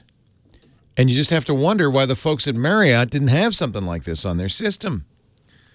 Why don't you? Don't be the guy, the poster child for the stupid. Go to canary.tools/twit. Enter the code TWIT in the How Did You Hear About Us box. We love, no, I'm showing you my canary. I'm not telling you what else we do with it, but we love our canary. And we know, it gives us, we do all the other things. We have the firewalls. We do, Russell's great about this. We have intrusion detection systems, but there's nothing like a honeypot. Because you just know that if there's somebody roaming the network, they're going to hit it. And there's more than one. And there's a variety of different styles. Thinkst Canaries. Go to canary.tools/twit. Don't forget to use the code TWIT in the How Did You Hear About Us section for 10% off for life. And don't forget the 60-day money-back guarantee. These things are so great. We talked about canary tokens years ago. as a very clever honeypot system. And I'm just thrilled that we've got these on here. Now, you can get the tokens for free, by the way, from Canary, but the only problem with getting them for free from Canary is that they phone home to Canary's IP address. And that's perhaps not, that might be a little red flag to a bad guy. But these, because we have our own canaries in here, they're just connecting the network. Normal, what looks like normal behavior, but enough to keep us alert.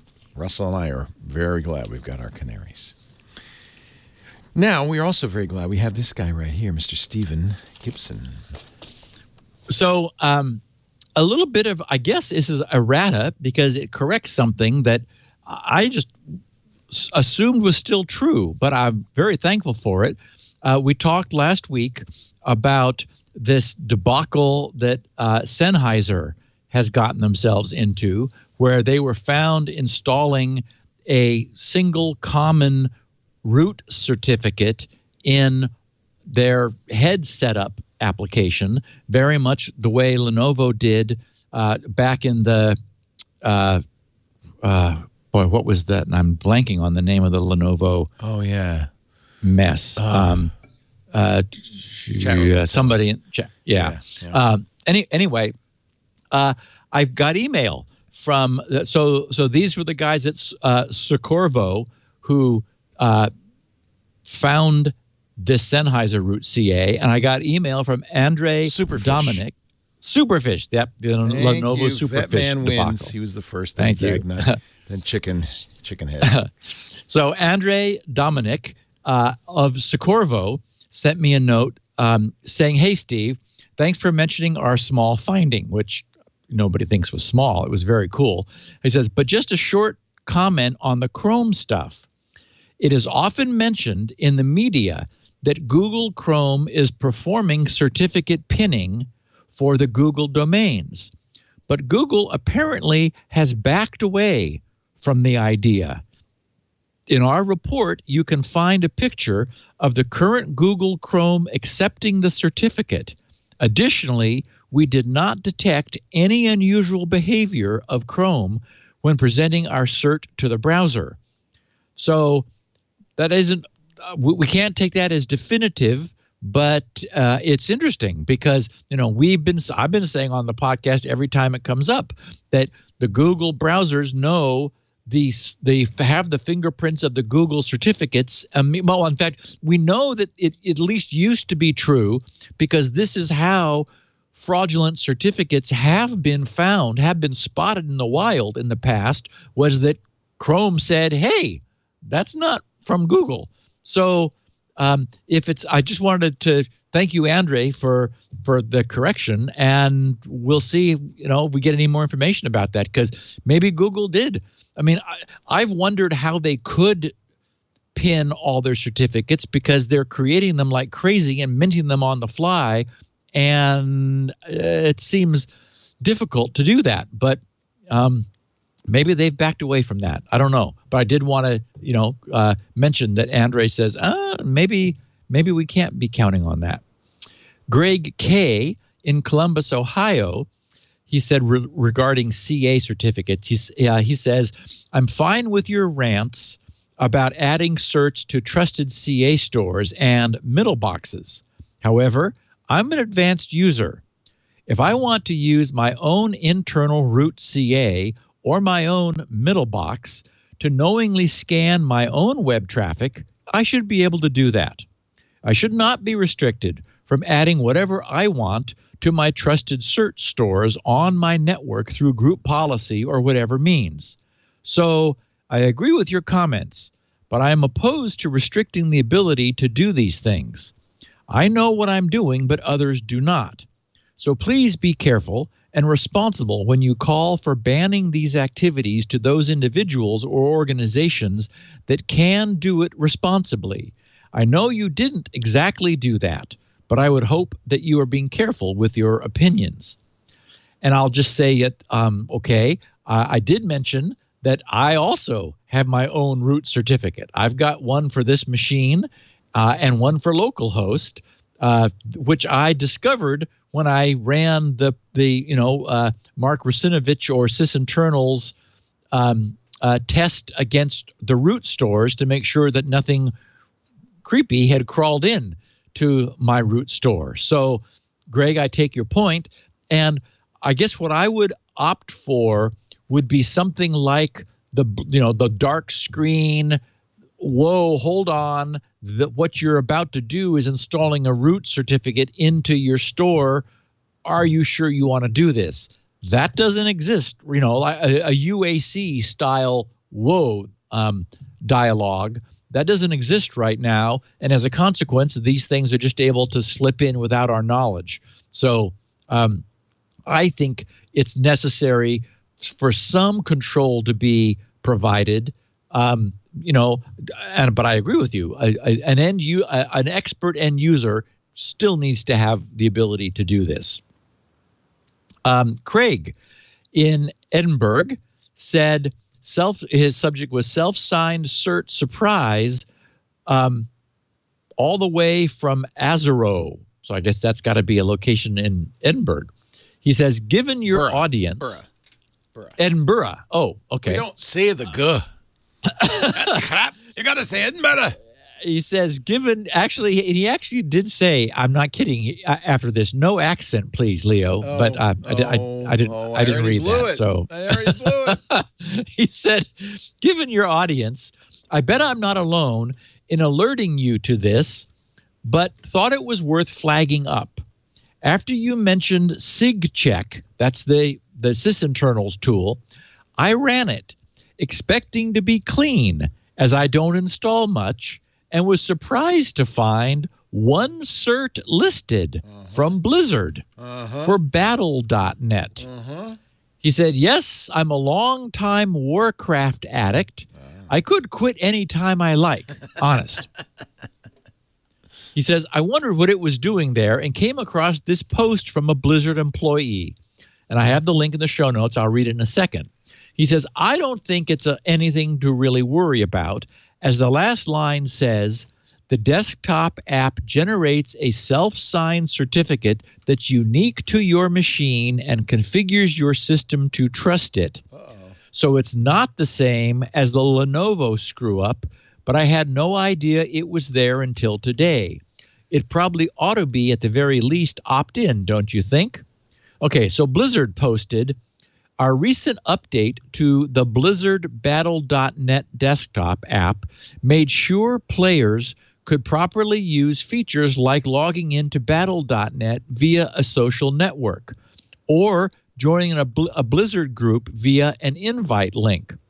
To facilitate these features, we updated the local web server to use a self-signed certificate to be consistent with current industry security standards. For those interested in more detail, using these features requires your web browser to communicate with the Blizzard Battle.net desktop app. Previously, the desktop app used a certificate signed by a public certificate authority, meaning that no modifications to your system certificates were necessary.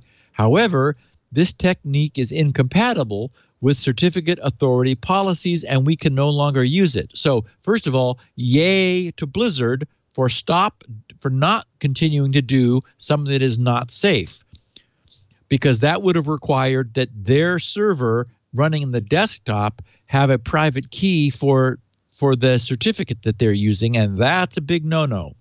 Then they said, while some browsers, such as Chrome and Firefox, are equipped to handle browser-to-app communication techniques, the changes were necessary for other browsers. For the time being, the desktop app generates a self-signed certificate that's unique to your machine and configures your system to trust it. And that is exactly the way it should be done. So again, bravo to Blizzard.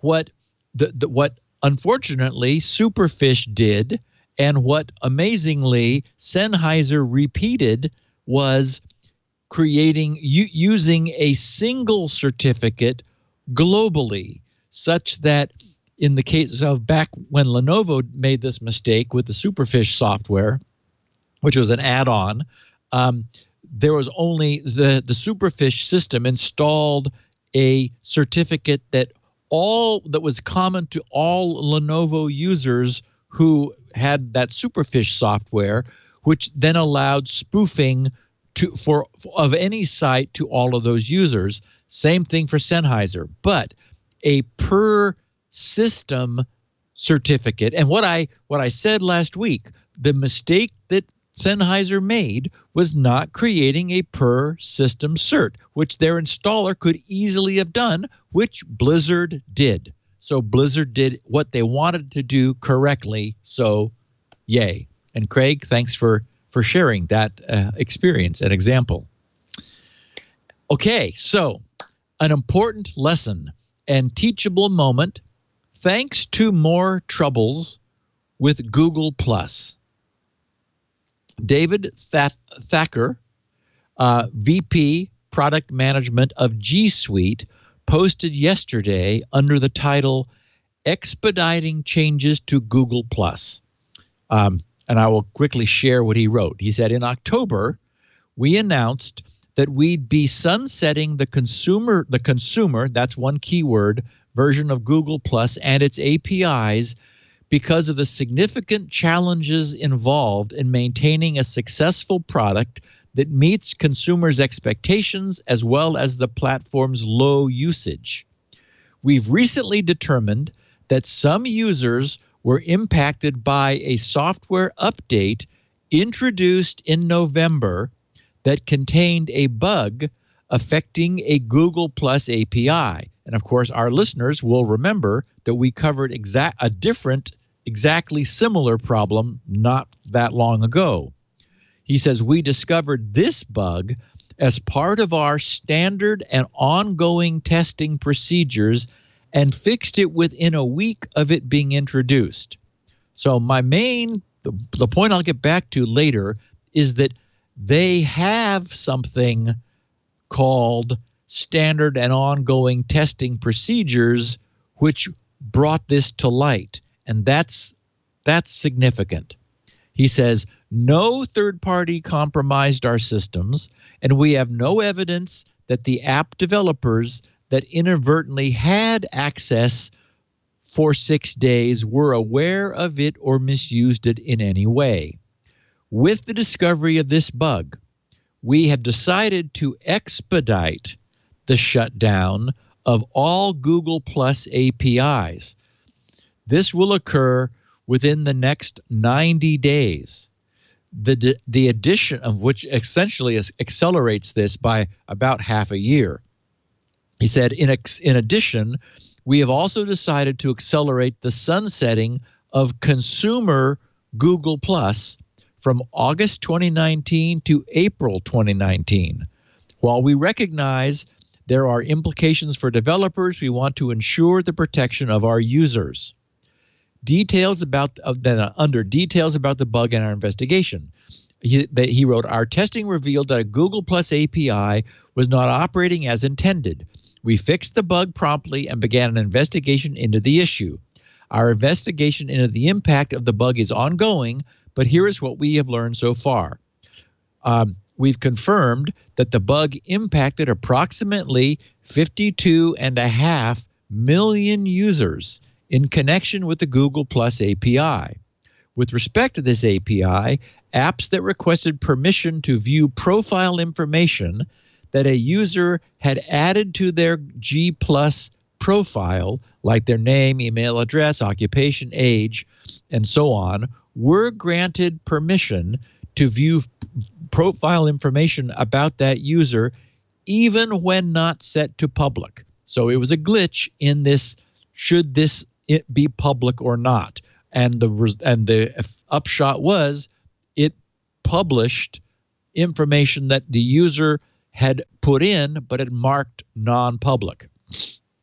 In addition, apps with access to users' Google+ profile data also had access to the profile data that had been shared with the consenting user by another Google+ user, but that was not shared publicly.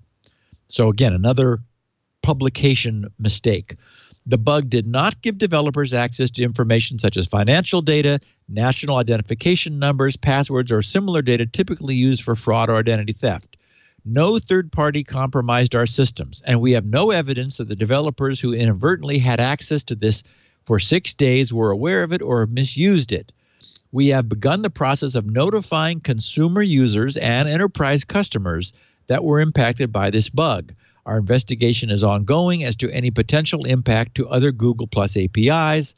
So they said, we will sunset all Google Plus APIs in the next 90 days. Developers can expect, so basically this is the last straw. They're like, nobody is using this. All it represents is the potential for exposure. So we're just, we've already said we're going to shut this down. Nobody cares. We're just going to do it sooner. And probably after the initial announcement and like everyone just yawned, they said, oh, maybe we could have done it a lot sooner.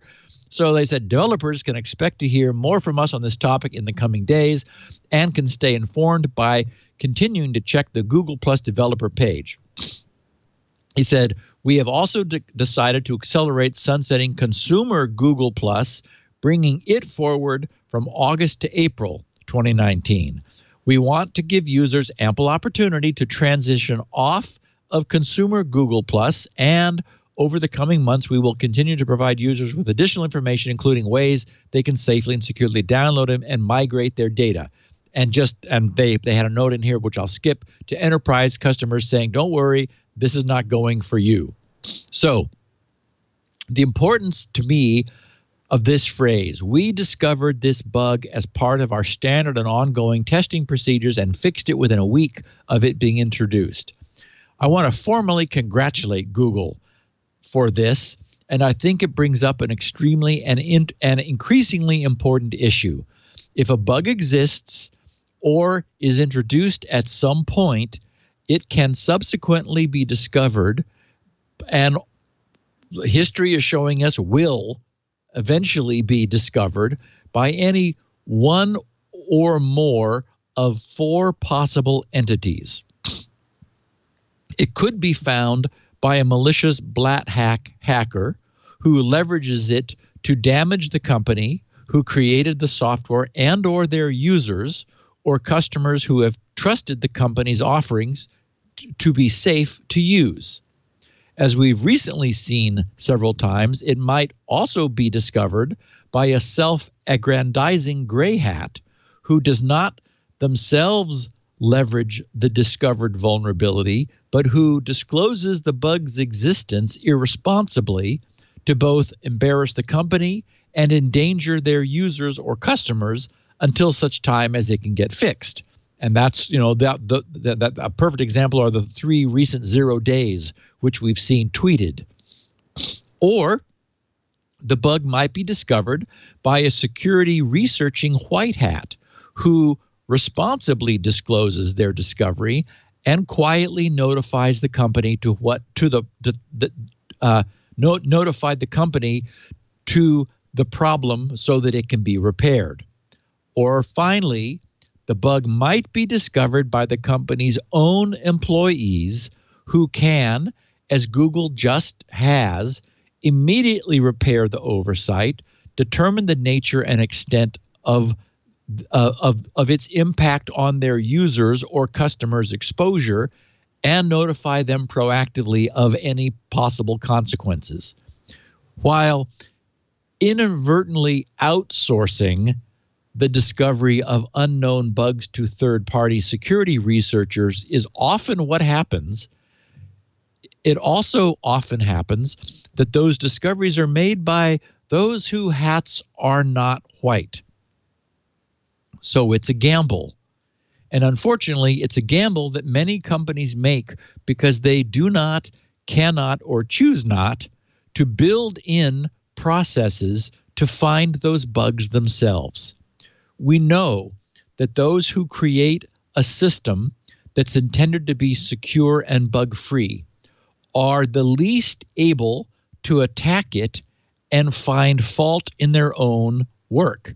I mean, that's, all of our experience demonstrates that. So some kind of internal red team facility needs to be created. It could be a separate group within the company who pride themselves on punching holes in the company's own offerings, or an automated system which continually scans, fuzzes, and searches for defects and odd behavior. The point is, the establishment and maintenance of any such proactive vulnerability discovery system is not free, and the value it returns to the company can be difficult to justify. One of the lessons we have ample opportunity to learn and relearn on this podcast is that security is not free, and companies do not make headlines for not having serious security incidents. They only make headlines when their security fails. So I want to salute Google for clearly having such processes in place, which are working and often find problems themselves rather than relying even inadvertently for them to be discovered by others. We learned from Paul and Mary Jo that Microsoft had much more than ample feedback from users of their most recent Windows 10 feature update disaster, which was warning of every problem that later surfaced at great cost and embarrassment to them and their users. So in this instance, Microsoft had such a system, but it was there apparently pro forma, just in name. They weren't actually looking at any of the feedback and the data that it was producing. So you also have to heed what the system you have put in place is producing, and we'd also know that they understand that now. Hopefully, their behavior will change. And I was reminded of this way back 30 years ago when SpinRite was young, and I had an entire bullpen of technical support people on the phone with customers. We learned that there's no such thing as a one-off. Anything that happens to one user will happen to others. But that's a lesson that takes some time to sink in, and it's not good news. So some people in some organizations prefer not to believe it. They think, oh, well, we don't know why that happened. It probably won't happen to anybody else. No. Given enough time and enough people, it will. So you have to pay attention to every one of them. So anyway, props to Google. In this regard, I think they are a company worthy of emulation. And I really do hope that as the technical press continues to note the scope and the cost of these breaches, that companies understand that it is possible for them to find them themselves rather than to rely on outsourcing it to, in many cases, black hats who can also hurt their users. So there. Is that it? That's it. That's all we're going to say? You took me by surprise. Thank you, my friend. Steve Gibson comes to us courtesy of the Gibson Research Corporation, providers of the finest hard drive recovery and maintenance utility known to man, a.k.a. SpinRite. Go to grc.com, get your copy. And while you're there, you might check out all the other great stuff Steve offers, including this show. Not only audio of the show, but also transcripts. It's the only place you can get those. And they're searchable, which makes it really easy to go through all 693 episodes, find the topic you're interested in, going back all the way to honey monkeys, honeypots, and all of that 13 years ago. You can also get audio and video from our site, twit.tv/SN. And then, I think the best thing to do is start your collection by subscribing to Security Now, getting every episode the minute it's available on a Tuesday evening, and you can collect all 693 or 694 next week. I will be back, so will Steve, as we are most Tuesdays about 1:30 Pacific. We were late today, I apologize, but usually around 1:30 Pacific. That's 4:30 Eastern, 2130 UTC. If you want to watch live, go to twit.tv/live. Chat with us in the chat room at irc.twit.tv. That's all the people watching live. So that way you can, when Steve and I say, what was the name of that Sony rootkit? You can say, Superfish, Superfish, Superfish. Patrick Dillahunty says, collect them and trade them with friends. Gotta get them all. Steve, we will see you next week, and I thank you so much for another great show. Thank you, buddy. That will be the last podcast of the year, since we have 2 weeks off, since Tuesday is when Christmas Day and New Year's Day fall. So I'll try not to forget how to do them. I doubt you will. I might. I was joking with Lori. She said the same thing. She said, I don't think you're going to forget. Like riding a bicycle. Thanks, Steve. We'll see you next time. Righto. Bye. Security.